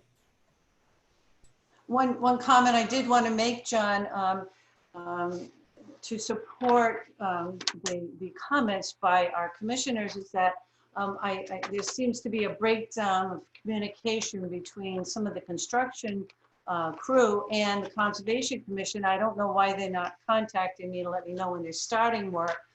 In this case, it would be very important to have this information before we did close the hearing. I think it makes a lot of sense. I'm sorry, Ann. Could you just repeat that last part for me? What happens is that there's been a little bit of a breakdown historically with this particular project with the construction group and the Conservation Commission. So many times I don't know when they're starting a particular lot, which is one of the reasons why we're making sure that the erosion control is in the correct places before we issue any permits. But for this to have special conditions to say, that before you start construction to come back and your group would give us the information that we're asking for now is going to make it a little bit more cumbersome on everybody's part. It just makes a lot of sense to handle it now before we close the hearing. Okay, thank you. Thank you. Okay. So John's got some work to do. John, you get me the plans. We need a plan for 80. He's going to do the narrative and get the sign off from the contractor for 81. We will put in a permit requirement to see the design and have the design signed off by the building inspector. So what I'm going to do is I'm going to entertain a motion to continue the hearings for lot 16, lot 76A, 79A, 80, and 81 to the evening of November 4th at 7:50, and to have the orders of conditions prepared for 76A, 79A, 80, and possibly 81, pending additional information. So moved. Oh, that was a tie. Okay, I'll take that as a second. All in favor? All in favor? Aye.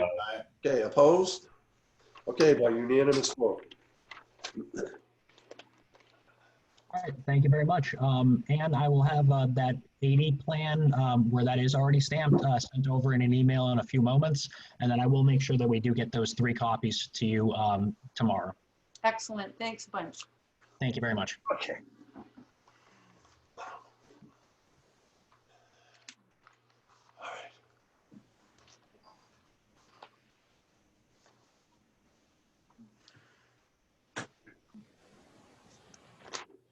All right. Okay. Okay.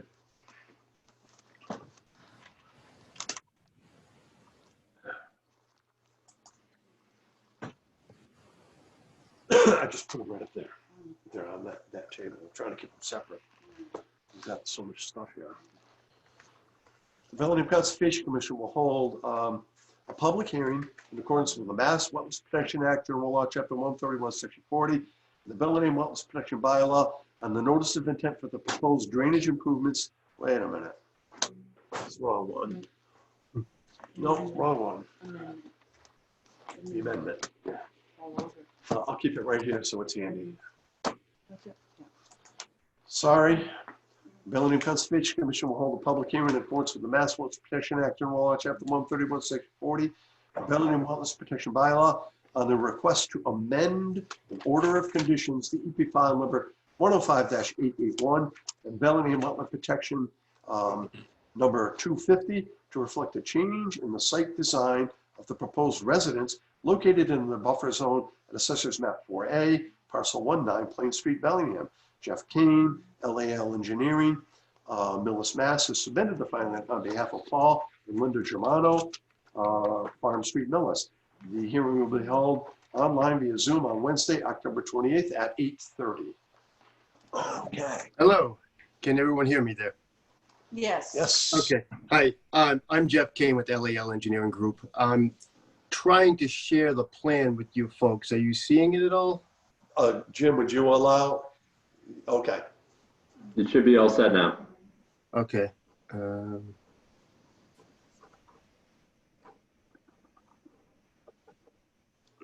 Trying.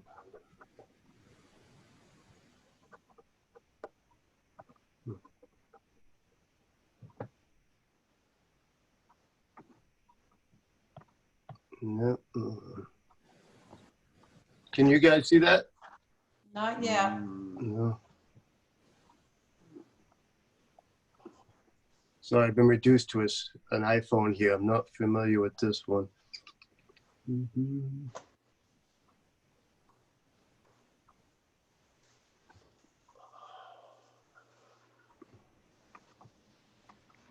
That one?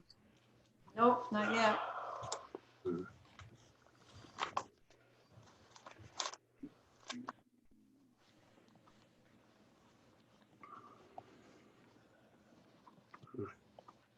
Still no? Nothing yet. Would you happen to have?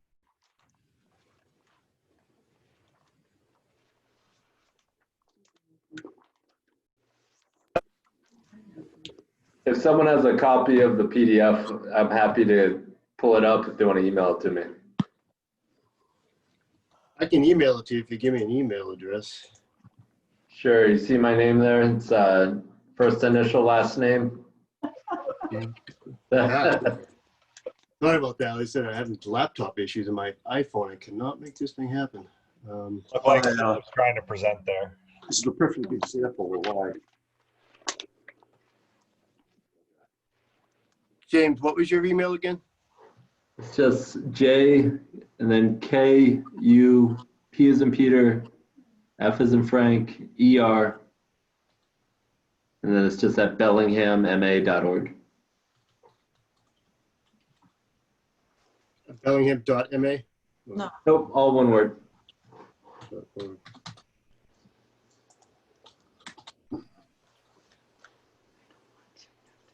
Sorry about this. Hold on. I know.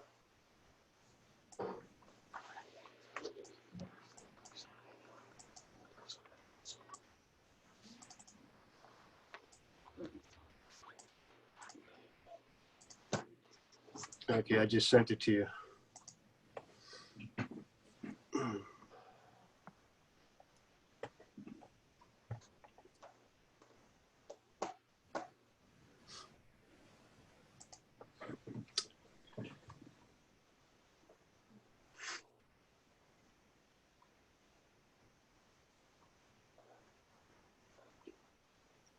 Hey, look.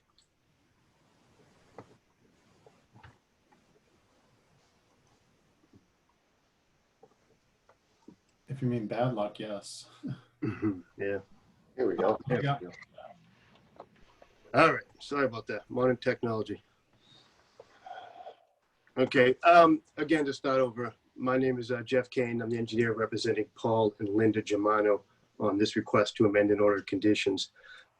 As you know, your commission recently issued an order for 2 OA homes for this parcel. And Paul and Linda have entered into a P&S agreement with them to buy this land and actually build their own retirement home. They'd like to build a home that was similar size and shape to the one that was previously approved, but they'll be adding a 3-car garage as opposed to a 2-car garage.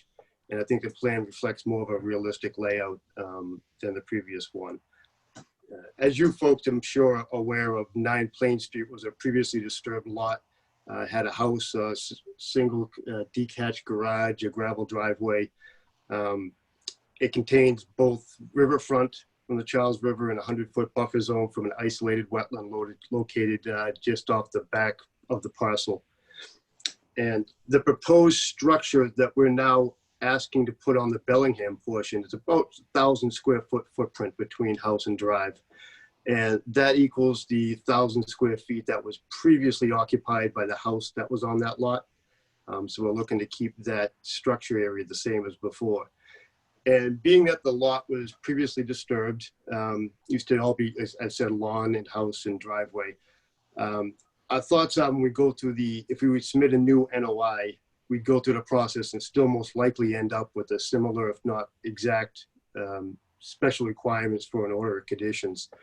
So based on that, we'd like to just request that this house could go forward with a new site plan under the existing order of conditions, meeting all the same requirements you've laid out with the previous approval. And we'll still have the same benefits that we see from the project, which would be stabilizing the soil that's on the site now, removing the now noxious kind of overgrown weeds that are there now, including some poison ivy that's starting to take hold. We'd still be providing that 50-foot buffer that you required from the wetlands, along with the posts and markers to delineate that area. We'd be moving the cesspool that existed from the previous house. And we'd also add some public safety aspects as far as providing a new hydrant at the street and repaving a section of the road. And I think, I don't know if Ann had a chance or us to share the house plans themselves, but it's a good looking house that we'd be improving a lot with. I think to make the neighbors happy as well. So that said, we've opened up to any questions, but we'd really like to, if possible, proceed under the order conditions you've already approved and issued.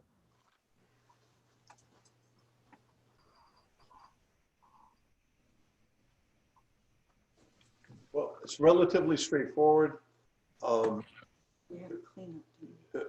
We had some cleanup that was going to take place. That was under the original order. Right. If we leave the original order in effect, just allowing the plan to be amended, that cleanup will have to occur. The 50-foot buffer is still being respected, and it will end up, I think there was some protocol in the original order. Let me get it out. Protocol for what? Excuse me, for the cleanup. Or not. We did read through the special conditions, and I think everything would be able to be met, and it kind of fits in line with what we were doing anyway. So.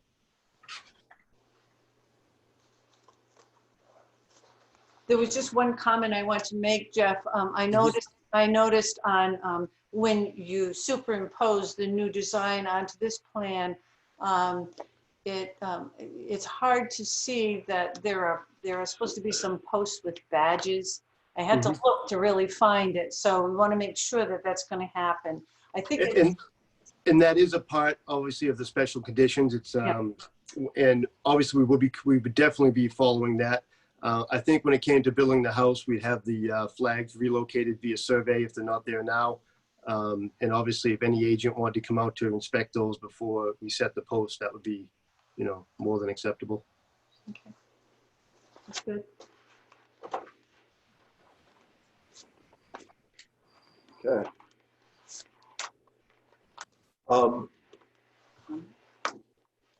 Any other questions? Okay, hearing none. I will entertain a motion to close the hearing and allow the amendment with the original order of conditions remaining in effect. So moved. Second. Okay. Discussion? All in favor? Aye. Great. Thank you all. Appreciate that. Thank you. Thanks for your help, James. Yeah, we need to figure that out. Okay, we're going to have some stuff that needs to be signed. So we're going to need to coordinate with the administrator when we can have folks go down and take a look at that. Do it on Saturday? Neil's ready to sign right now. Oh, you know what? Maybe we can do it on Saturday. That's right. We have a meeting on Saturday. No, An inspection. sidewalk. Inspection, sidewalk. All right. That'll make the most sense. Where are we meeting, Ann? Okay, so at 8:30, we're meeting at 455 Hartford Avenue. Oh, yeah, that's the one next to Rivers, Rosewood, right? Rosewood. Right. But don't park in the garage across the street unless you want to get blocked in, right? Correct. Exactly. So will most of you be there? Because we just want to make sure that we can get these permits signed. I don't know, it's going to be awful cold. It is going to be chilly. I'm not sure I'm emotionally prepared for that. Well, Dress warmly. can you try? Keep the text down, maybe. I'll try. Okay, so we have Neil and Brian. Can you make it, you think? Okay, and Mike, thank you. Yep. Sean? My place of business is back open, so I'm back to working on Saturdays. We get it. You can always come into my office if you have a minute. Absolutely. I'd love to. Just shoot me an email and I'll accommodate Absolutely. you. Thank you. Perfect. And so we have the 455 Hartford Avenue, and we have, we're going to take a look at the retaining wall rebuild for Charles River Center. They requested a certificate of compliance. That's something we should definitely cast our eye on. Complete rebuilding and reconstruction of a 30-foot high by 150, 200-foot long wall.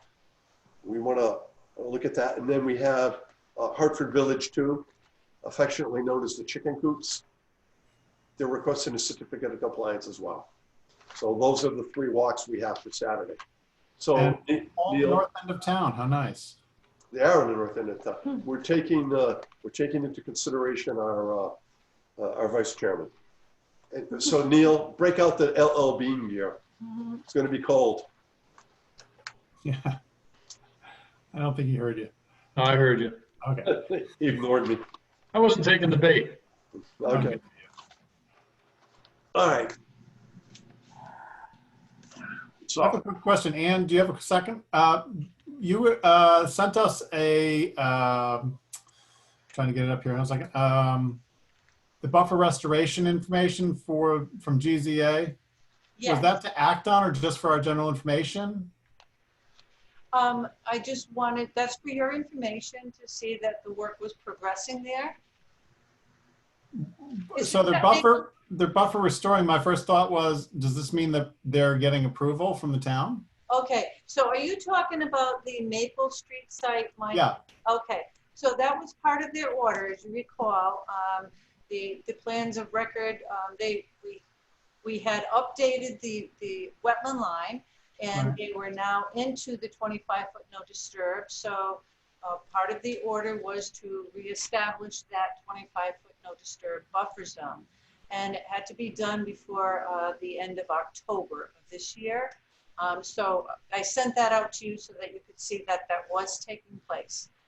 Okay, my question is, how does that relate to, is there doing that in order for them to be able to proceed with anything with the town as far as the planning board and the legislature? It has nothing to do with the town. They filed with us to correct the deficiency in the site. There was absolutely no drainage on site. Took 2 enforcement orders, so they designed a stormwater management system. Whether or not it's compliant with what the planning board wants, it's a separate issue. And I believe that they are now applying to the planning board, but the replication, the restoration is what we're getting as compensation for alterations in the 25-foot no disturb zone and the 50-foot no build zone. So, and that's part of our order. That's part of the order of conditions. But they're before the planning board right now. If Jim wants to, they didn't do it. Yeah, they have applied, and we have begun to review the application. They're before the board on November 12th, I think it is, whatever that Thursday is, for their first real review. We'll say that, there's some shortcomings to that application, and it should be an interesting process. I thought, Jim, correct me if I'm wrong, can they proceed while aren't they still litigating with the town about that? Well, this is part of their agreement to go. The first part was to go to conservation. The second part was to come to the planning board. So right now they're adhering to their agreed upon specifications with the judge. So, we'll see how it goes from here. But the end goal is to get a permitted project that they can complete and improve the drainage and all that. But to operate as a bulk materials facility in town? Yep. Yeah. So that's how they're. The town got a limit on that, and that limit was exceeded years ago, wasn't it? So there's still more people that already are operating them than they'd have to wait in line, wouldn't they? No, that's part of their agreement as part of the discussion. Oh, well, so first off, ultimately that permit's handed out by the select board. So, that could vary, but in terms of operating on site, we were in litigation and the agreement was they will attempt to, improve the site to come into conformance with our bylaws. And that's a two-step process, conservation and planning board. So they're in the second step. They're adhering so far. We'll see if they can meet our bylaws then. I thought, so the selectmen you're saying can bypass the bylaw that was passed at town meeting about the number of permitted bulk sites allowed in town. No, so that this is the argument that's been had for the past 5 years is whether or not they're pre-existing non-conforming use. And therefore it was already in existence prior to our bylaw being in place. And so this is the argument that we've been fighting for quite some time, and we're hoping to, well, first off, not have this this debate during a public meeting, but also, to get them into compliance, basically. Okay. That's So- not what I was hoping to hear, but thanks for the. Once again, just to summarize, the work that has been done was overseen, thanks to our administrator's efforts, by Dan Nietzsche of GZA, who designed the restoration area. We visited the site on a couple of occasions, and the contractor who was going to be doing the work was asking for our input and approval, and Ian got a hold of the owner and told him that the order of conditions said the work has to be taking place under supervision of a professional wetland scientist that had to be approved by the commission. And that afternoon, Dan Nietzsche was on site, and that's the report you got. Okay. So next, the Bellingham Conservation Commission will hold a public hearing in accordance with the Mass Wetlands Protection Act, General Law, Chapter 131, Section 40, the Bellingham Wetlands Protection Bylaw, and the notice of intent for the proposed drainage improvements for the existing interconnection and discharge of the Lakeview Estates and Silver Lake Road drainage systems located within the 100-foot buffer zone at Assessor's Map 68, Lot 10, at the intersection of Candlelight Lane and Silver Lake Road, Bellingham. Bob Poxinger and Howland, Milford, Mass. has submitted the filing on behalf of Bellingham Department of Public Works, 26 Blackstone Street, Bellingham, and Salem Traders Way Realty, Quarry Drive, Milford. The hearing will be held online via Zoom on Wednesday, October 28th at 9 p.m. So we're right on schedule. All right. What we're talking about here is drainage basin C and the outfall on lot 10. Just today at the end of the day, we got our peer reviewer's scope, and it's brand new information, I know, for the applicant and your representatives. We got it today. The administrator now will be reviewing that scope, and if there's no additions that we need to make, then we'll forward the scope to the applicant, and Frank can commence his review.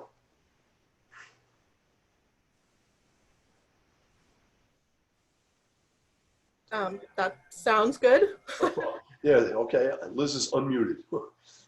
Am I muted? Am I good? You're good. Okay. So, is there, you're gonna, Are you guys looking for a presentation? Did you just want to go through the formalities of getting? We weren't sure what you wanted us to do.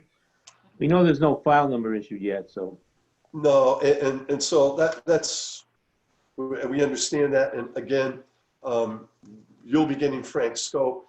So if you want to just make a presentation so that the board understands what's being requested here, this filing's taken place at the request of the commission, I think the planning board, the zoning board, and the building inspector and DEP. So what we're going to do, a lot of things have occurred out on site. A lot of changes were made and were continually made during the construction process. Now construction in that area is over.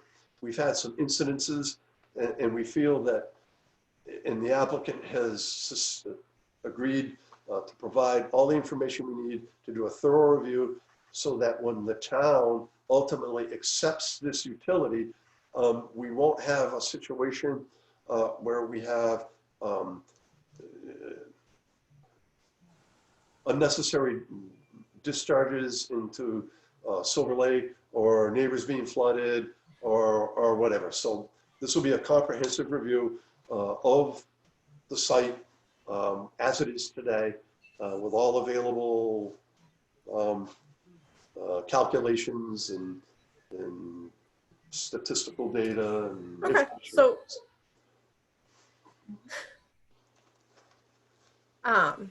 so the notice of intent is, as was described in the project description, is really limited to the reconfiguration of the way that the Silver Lake Road drainage and the Lakeview Estates Basin C drainage connect currently in a manhole a side of Silver Lake Road, on the shoulder of Silver Lake Road, and then discharge into the Comet, to a common outfall to Silver Lake.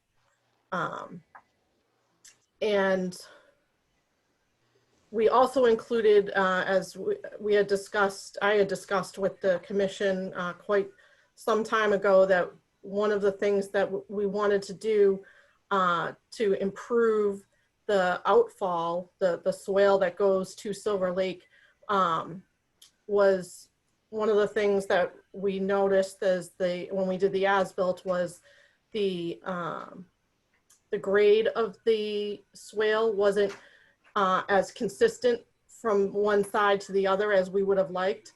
So this notice of intent would cover us flattening out the swale so that we get better distribution. It's not in a terrible place right now, but just to improve upon what's there, get better distribution across the whole width of the swale, and also to pull back the disturbance so that to the greatest extent practical, we can reestablish the 25-foot buffer. So that was what the notice of intent covers, really. But at the request, as you mentioned, at the request of both the commission and the ZBA, we expanded the analysis to include evaluation of the as-built conditions to verify the current configuration meets stormwater standards. The as-built analysis included variations like the Hall Road, which has been brought up on occasion, changes in ground cover between the design and the as-built. There's areas that ended up being of a grass material instead of maintaining the woodland that we had initially anticipated. And the stone check dams that are uphill, up gradient of the Basin C. So we included all of those things into the analysis, and which will be reviewed by the peer reviewer.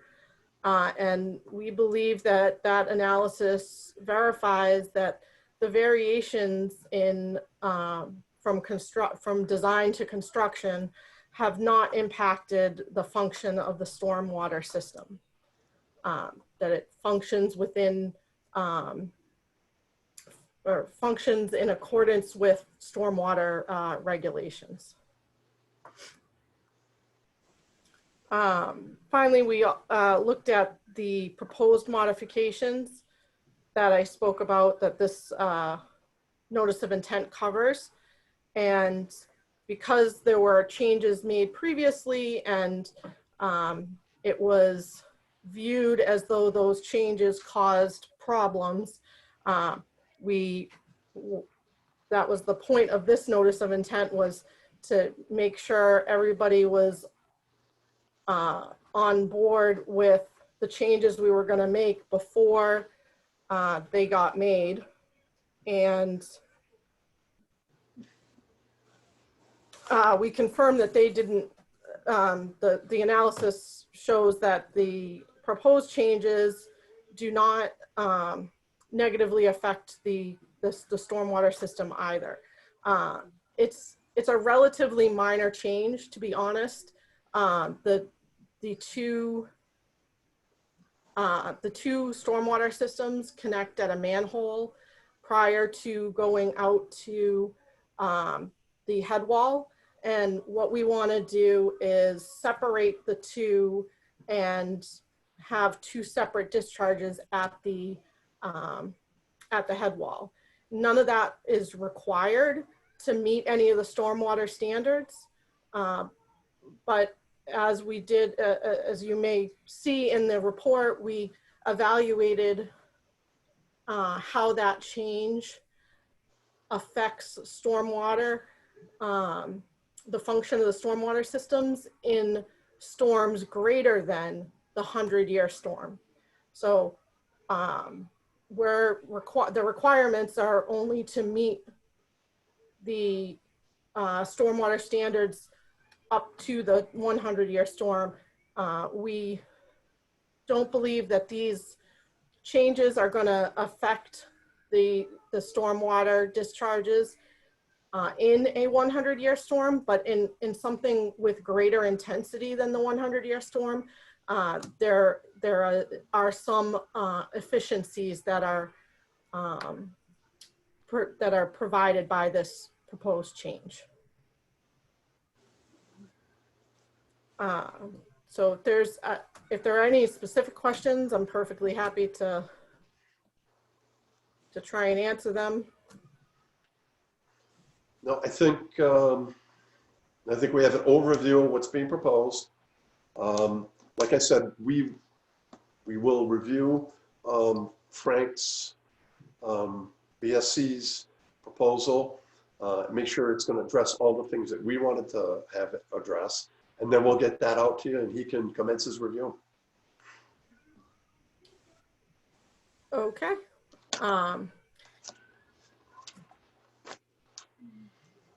If there's anything else that we can do to provide to the commission, in particular, we have an upcoming ZBA meeting where we're hoping that we can get a release on the current building permit holdup. And I know the ZBA is certainly looking to the commission to make sure that you're happy with the progress we're making before they do that. Okay. I think one of the things we'll be looking at is, I believe in your calculations, you said there was no contributory factor for stormwater runoff to Silver Lake Road off of Candlelight. I think I read that in there. It's not that there's zero. It's because but there's not any more than there was in the design, and there is less runoff to Silver Lake Road than prior to the development of Lakeview Estates. So the Basin C catches a relatively significant area of a drainage area that used to drain down to Silver Lake Road. That's very interesting because being a town resident for the last 40 years and having run through there many, many times, what I noticed was that there wasn't so much of a contribution from that site, more than there was an entrapment of poor drainage on Silver Lake Road itself. In other words, I never saw water running off that site. So, but we're going to take a look at, we're going to ask Frank to carefully review what you're using for, you know, pre-construction conditions, potential contribution from that area, and we're going to evaluate that. Because I was out there in a drizzle event and saw, you know, the drop inlet really helps, but there may be a couple of changes that are required to capture more of that water, especially if you're going to propose disconnecting the town's drainage from the basin. So it's all going to be reviewed. Fair enough. Now, will you schedule the continued hearing now, or you seem to? Oh no, we have to schedule the continued hearing now. What we're going to do is we're going to go to December 9th. Yeah, because you want time for to receive something from the peer review. Yeah, So that would be the other question. that would be the other, that's a question for Frank. I know he's been pretty busy, So here's but what happened. Frank's just given it to us. We have to review it. We got to get it out to the applicant, and then we have to get a peer review check, and then he's going to be starting his review. So there's a little bit of time. I hear what you're saying, Bob. Is December 9th, so again, I know we have an upcoming meeting with the ZBA November 6th, I think. Is the December 9th meeting before or after the ZBA's December meeting? I can't answer that. they usually meet the day after us. The zoning board meets on the first Thursday of December, so it would be the Thursday before your meeting. So you'd be the first, December 1st, right? That sounds like it makes sense. Yeah. And Would it be So the- possible to get the peer review check into the town and get the peer reviewer to commence his review before the December 1st meeting? Well, yeah, we're anticipating that. I mean, Okay. what we're thinking here, Elizabeth, is we're thinking, you know, we will review the scope and make sure that it addresses all the issues we want to have addressed. We're going to get it to you, and we're not talking about 2 weeks. We're talking about a couple of days. Okay, yeah, because I was under the impression that the commissioners had already had a chance to take a look at the scope based on the initial feedback that we've already received from the town. So I thought that would be discussed here tonight. So if there's additional information that the commission will need in their review, we would like to provide that as soon as possible so we can, get a complete review underway, given that the building permits are being held up for progress on this review. I understand. We got the scope today. Yeah. So I don't know where other information was. If we act on it quickly and get it out to you, and you turn it around with a check, he can commence his review probably within a week and a half. Yeah, I think this is Elizabeth from G&H again. I just think it would be helpful, or I just would like to be able to meet with the commission before that December 1st meeting. That way, if there are any issues or whatever with the commission, they can voice them, and we can hopefully address them prior to the ZBA meeting, because we really are looking to just show as much progress as possible prior to that, prior to any ZBA meeting. Well, I understand. And you'll have an opportunity clearly to respond to the peer review letter before that meeting. But what our problem is, in November, we're actually having a special meeting it's on the 4th, which is next week. We're having which a is next special week. meeting. The 11th is a holiday. The 18th is the Town meeting. and the 25th is the day before Thanksgiving. So And it's a we have really, 9 Thafford hearings currently active and 8 more in the wings. Yeah, well, none of those hearings matter at all unless we get If we don't have building permits. Yeah. unless we can get building permits. So, Oh, great. That frees up a whole lot of time for us.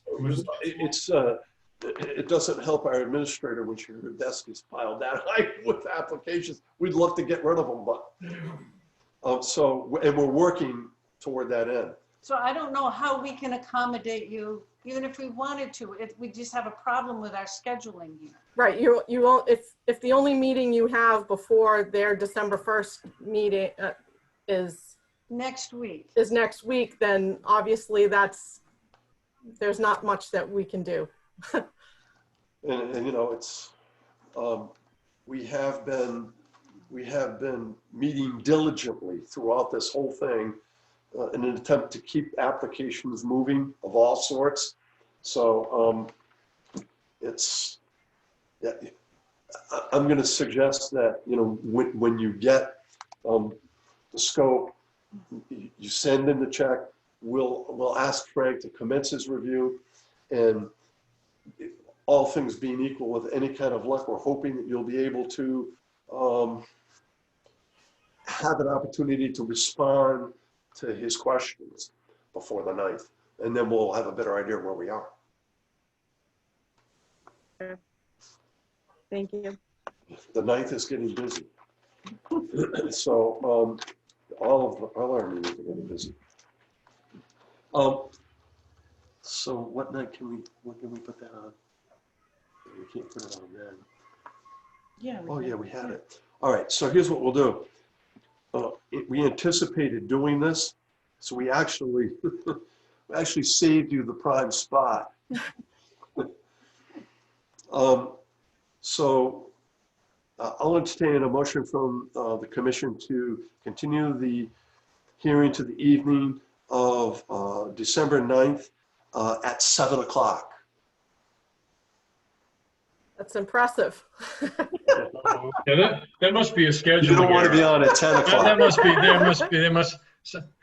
Did we move a decimal point or something? Did we carry the 2? 70 o'clock. Is that Eastern time or? All right. That's before daylight savings. So moved, Mr. Chairman. And is there a second? Second. All in favor? Aye. That's a unanimous vote. Thank you. Thank you. Thank you. Thank you. Now we can proceed with 4 more Thank hearings. you. Okay. So now I'm going to select it.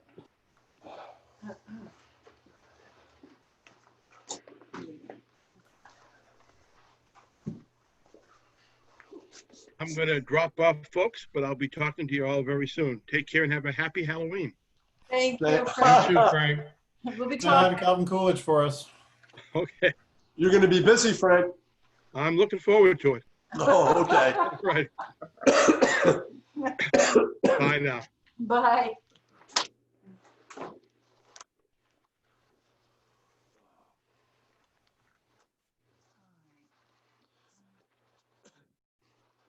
Okay, the Bellingham Conservation Commission will hold public hearings in accordance with the Mass Wetlands Protection Act, General Law, Chapter 131, Section 40, and the Bellingham Wetlands Protection Bylaw on the notices of intent for proposed site work within a 100-foot buffer zone to bordering vegetated wetlands associated with construction of single-family dwellings located at lots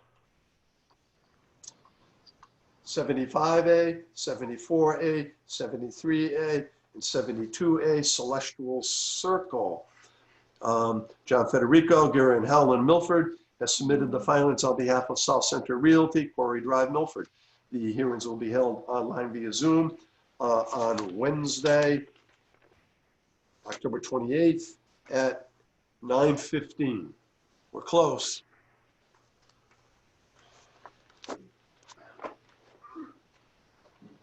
All right, well, thank you for having me on again. I do have the 4 PDFs for each of these lots on my screen. If I can share that, then I can definitely pull those up for everyone. Okay. All right, thank you. Oh, Hopefully I Jim's think, here. hopefully, yeah, There he is. there he is. Thanks, Jim. Is there any particular lot that you would like to start off with at this time, or should we just go following the agenda with 75? Follow the agenda. Follow the agenda.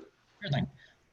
So here we have, just to zoom out a little bit for the initial look.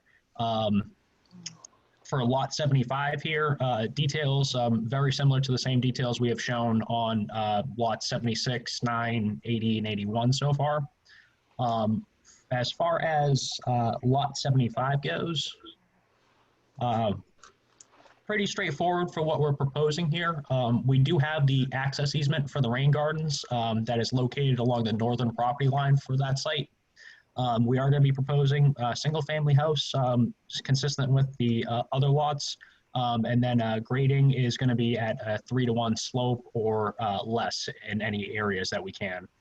We are going to be proposing a silt fence, excuse me one second here, silt fence along with the post and rail fence, and I think that's really it for anything to point out initially here. So for the members that were out on our site walk, this is the area immediately south of lot 76. Yes, that is correct. Just south of where we observed that spoil pile, you can see right next to the north arrow where those contours were changed. Okay.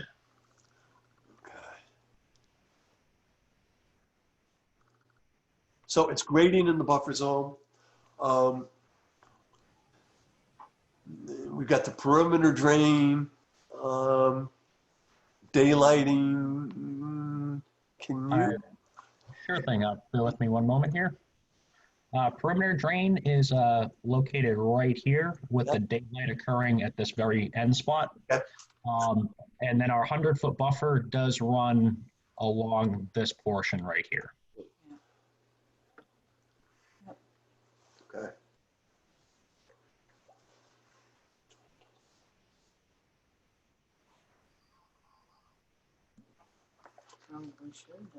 Yeah. Questions? Did we see this lot when we were? We did not look at the lot specifically. Mm. We gazed over there from lot 76. It's kind of a continuation of 76 and what is it, 79? Yes, 79 is right where this rain garden that you can see up by the north arrow here. Right. 76 is right next to that. Just for kind of a reference for the site, the area where we had the temporary sedimentation basin for the roadway activities, that is essentially lot 75 right now. Yep. Okay, we saw that. Yes. Currently, no site walk has been scheduled for any of these next 4 sets, 75 through 72. So one of the items that I would like to try to accomplish tonight would be scheduling any sort of initial site walk out there, as well as just taking in any initial comments that the board might have. All right, we're going out this Saturday, but we are. No, we got too much. We've got too much to do. We got a few hours worth on Saturday. I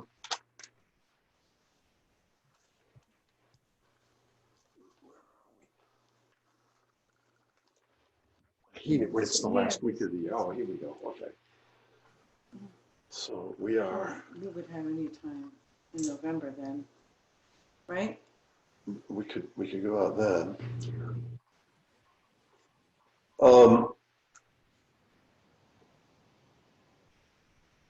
That limits us. There's no way we can do this before the 4th. And weekday afternoon sidewalks are out.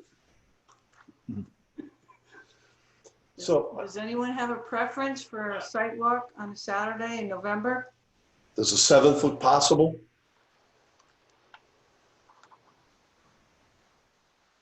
14th? Somebody there? I can 7 do to either 14? one. Hey, I don't care. Where else are we gonna go? Very true. Careful. Next thing he's gonna say is he lives for this. Yeah, Which getting day? cold, Mike. Where? Which I, day? keep remember, it kills the ticks. It kills the ticks, except Brian doesn't agree with that, right, Brian? I can do either one. All right, so we're going out this Saturday. Do you want a Saturday off and go on the 14th? It's not going to affect what we're doing because this one's going to have to go to the 9th as well. These are going to have to go to the 9th as well. You know, or the 21st.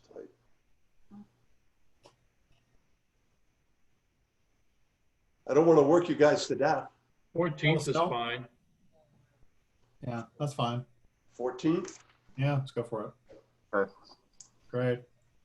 Okay, John, we're looking at the 14th, 8:30 on site, and we'll look at all of them. If you'll stake out the, I don't recall if these rain gardens were staked out. These particular ones, not yet, but we do have the lot lines staked out for that. I'll make sure we do get it on a survey request before then to get those rain gardens staked out for us. And these are the revised lot lines. Yes, these are the revised lot lines. Okay, so, yeah, all right. And if you just want to continue before we actually set up the sidewalk, we'll look at the next 3, and it looks like they're all the same, pretty much. Yes, it's a little bit different for footprint styles, but generally it's all just going to be grading the foundation drain and the rain gardens that will be occurring within the buffer. Geez, lot 75 must be one of the affordable units. I'm not sure of the breakdowns for those, but lot 75 is one of the smaller footprints we are going to be proposing for the subdivision. Here we have lot 74. If we do need to shift back to lot 75 at all, please just do let me know. Yep. But again, we do have a 100-foot buffer. Where's my highlighter? Right along this line here. Foundation drain with outlet located right here. Obviously, rain garden would be located within that. Again, the access for these rain gardens would be along the lot 75A and lot 76A property line. And then we do have the easement that does run along the full length of the back of these lots.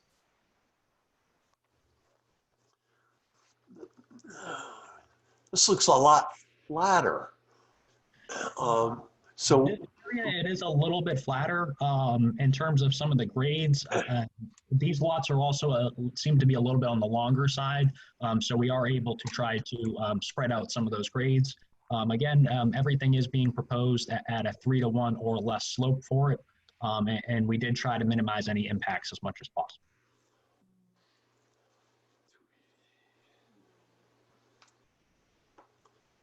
I'm just looking at the existing grades, 288. This has got to be.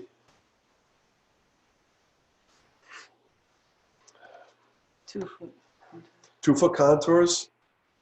They are proposed and existing 2-foot contours. Yes, that is correct. Existing so right where it says 4, that existing contour is 286, is that right? Is it this 4 that you're referring to? Yeah. Yep. I unfortunately cannot see it too clearly here. Okay. I'm trying to look, it looks like, well, it's hard to say where it ties it. What I'm looking at here is the existing grades, if they're 2-foot contours, the one that's runs right through the house is 288. I think I picked that up off the plans. And so that would be 286. And then the close to the rain garden would be 284. I'm trying to figure out why you're all the way down to 276 and 274 down at the rain gardens. You're digging them out. You're excavating there. You have to be. What are the contours down here? I don't know, but see. You see what I'm getting at, John? Yes, in terms of those contours, it is a little bit clearer on the lot 72 plan. I'll definitely make sure that if we do have to submit any revisions though, that we do add in a couple additional existing contour callouts, just so it's a little bit more clear there. Yeah, well, because what I'm looking at here essentially is at the beginning of your tie-in grade, you're at 286, and you know the elevation of the rain garden is 274. Yet it looks like there are only 2 grade changes. Generally, with what we're proposing for contours, we are trying to keep it as close to existing grade as possible. It could just be that the portion before we get to the rain garden is just a little bit of fill in that area. But again, I can double check the contours when we get into the lot 72, or if you would like me to jump over to that more directly right now. Yeah, because what I'm looking at here is, you know, I'm looking at a 10-foot drop, actually a 12-foot drop in elevation in proposed grade. 286 to 274, it's 12-foot drop, right? Okay, so, and I'm looking at existing grades with an elevation drop of only 4 feet. That's why I said this lot looks a lot flatter. Yeah. And so you're making cuts there and then regrading. Essentially, up by the roadway, that would be more of a cut situation, and then essentially that grade would just get bulldozed out or replaced and compacted a little bit further towards the back of the site there. So what you're doing is, yeah, you've got this. It's a slab. There's no garage. There's no. It's a walkout. It's a walkout. So the slab's at 288. And that's pretty close to what I see as a grade running right through the deck, 288. And then the next contour would be 286, and then the next contour would be 284. And your proposed grades at that point are 278, so that's 6 feet lower. You're making a pretty substantial cut there. In terms of that, it was something that we were trying to keep it relatively close with the grades that we were proposing out in the actual Celestial Circle right away. We didn't want to try to have anything for a steep slope entering into the driveway or with runoff that could get directed towards it. So generally, we did try to keep it roughly about a foot or so, in some places a little bit higher than what the proposed grade in the roadway was. Then since we do know that we did have the ability to do walkouts here, we did try to keep it as flat as possible in the backyard once we kind of had that initial grade established. So you're making a 10-foot cut there. Up towards where the roadway is, that could be the case. No, in the back. In the back, you're making a 10-foot cut. Well, as of right now, everything is sloping down towards the right-of-way, or sorry, towards the open space area. Right, but what I'm looking at is over a course of, you know, I actually have the plan here. Let me, bear with me.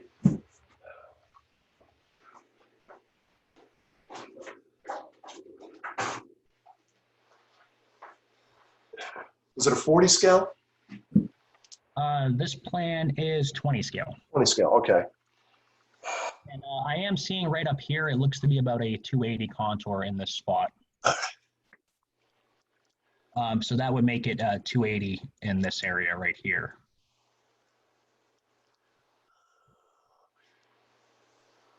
Oh.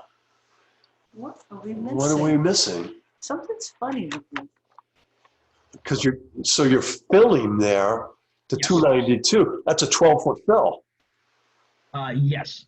Again, that is matching with what we're having out in the right of way for the roadway. That's why you have so much contour. So much. Okay. Grade So in the that's back. 292. Right. That's 290. That's 288. That's 286 at the back. And so you're still making a 12-foot cut in the back on existing grades. As of right now, it looks like we're making a fill in that case. As I mentioned, it's 280 here. This will be 278, and we're bottom slab at 288 or 288.5. 288.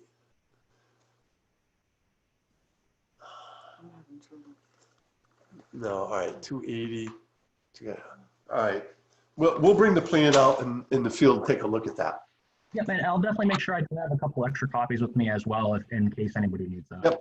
Okay, thanks. Yeah, that was confusing. Okay. 20-something. 80, 78, 76. Okay. All right. So, yep.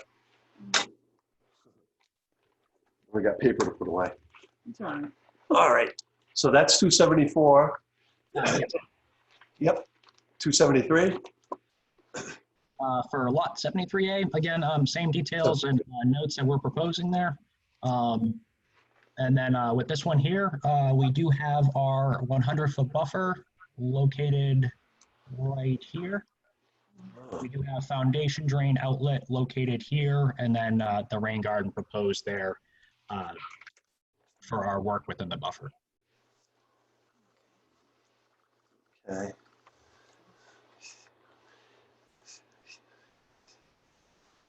And then this contour that we see right here, this is a 274 contour, followed by 276, 78, and then this being the 280 contour. There's a whole lot of fill going on back there.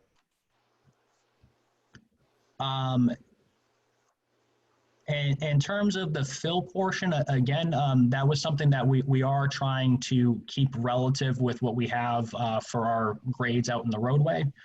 That is something that we can slope down the driveway a little bit, but it wasn't anything that we wanted to create a very drastic slope or have any cars bottoming out as they're trying to enter into the driveway or the garage.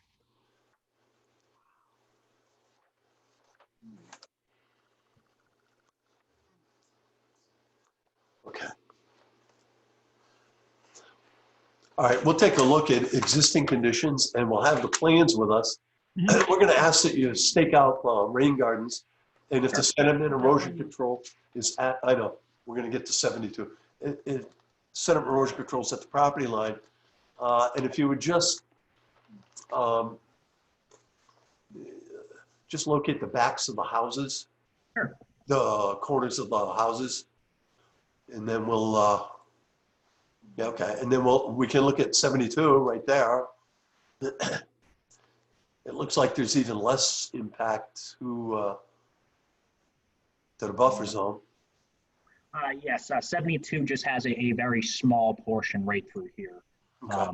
But let me open up that full plan here so you can see that. And then again, that 100-foot buffer line was right through this area here.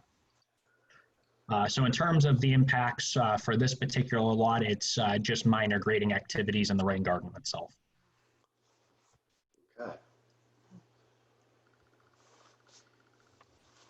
All right. So I think we settled on the 14th for this one. Yes, 8:30 in the morning. I do know that the silt fence is already installed, and I believe there are several stakes out there as well to show the location for it. We do have property corners already marked, and I will make sure that we do add in the rain garden stakes as well as the four corners of the house stakes. Okay. So where can we continue this thing? Hold on. I had a time.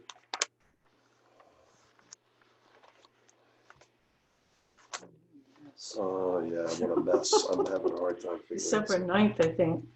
It's on the 9th. And that'll be right after the sidewalk. Okay. no. Oh. Is that right? Yeah, I think so. 12/9. So we have, I didn't keep a running tab for the 9th. well, Okay, we've got the drainage improvements for Basin C at 7. We've got, I think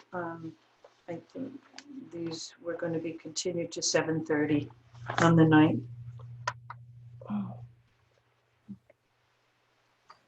okay, Mm-hmm. okay.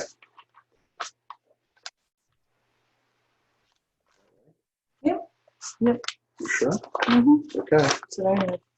Half hour will be enough for the other extravaganza at 7.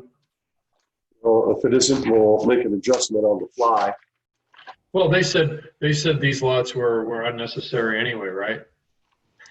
Well, I wouldn't say that these lots in particular are unnecessary. A little extra time needs to be granted. I'm more than happy with having Liz or Bob's time spill into mine in that case. all right, so here's what we'll do. I'll entertain a motion to continue the hearing to the evening of December 9th at 7:30 and conduct a site inspection for the site on December 14th at 8:30 a.m. Cliff, just because you broke up a little bit, that was 7:30 p.m. for the 9th meeting? Yeah. Yes. Thank you.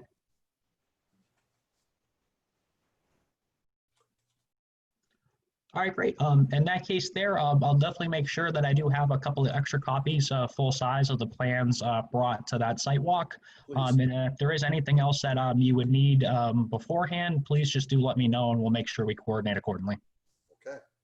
I'm waiting for somebody to make the motion. So moved. Okay, thank you. Second. Discussion? All in favor? Aye. Aye. Okay, by unanimous vote. You sound very far away, Mr. Chairman. Maybe it's because I'm getting tired. Well, Okay. thank you all very much. I do appreciate it tonight. Thank you. All right.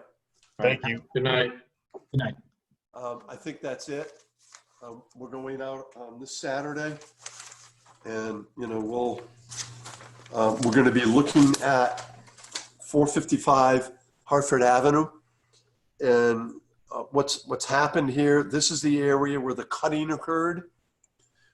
Okay, and the lot was cleared, and we required restitution in the way of preserving a portion of the site that was in kind to what had been altered. Everything was going well. The property was sold.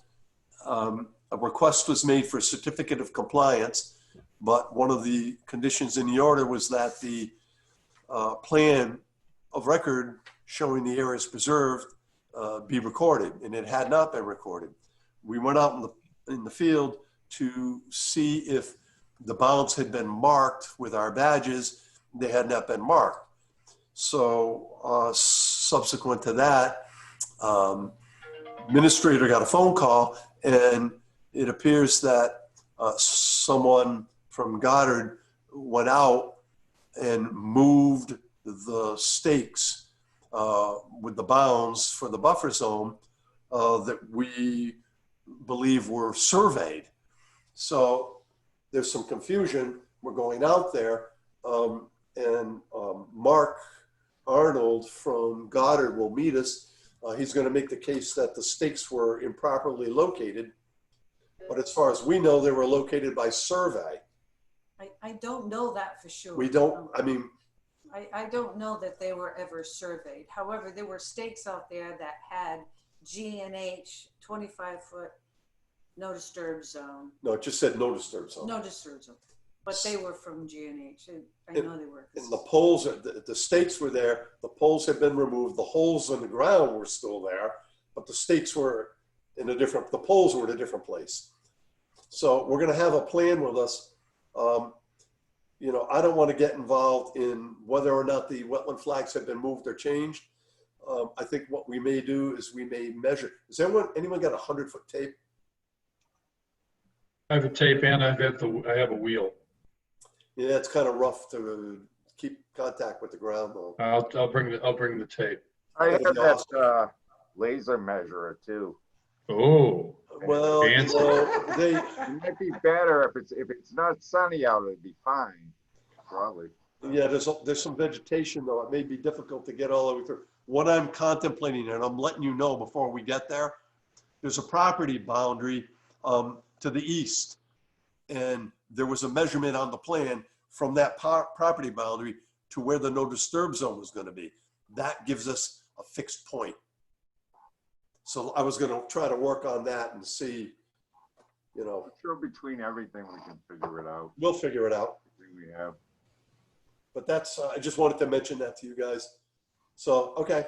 We're smart. We're smart. We'll figure it out. All right. Well, motion to adjourn. Sure. Thank you, Jim. We really appreciate it, man. Thanks. Thanks, Jim. Night all. All right. All right.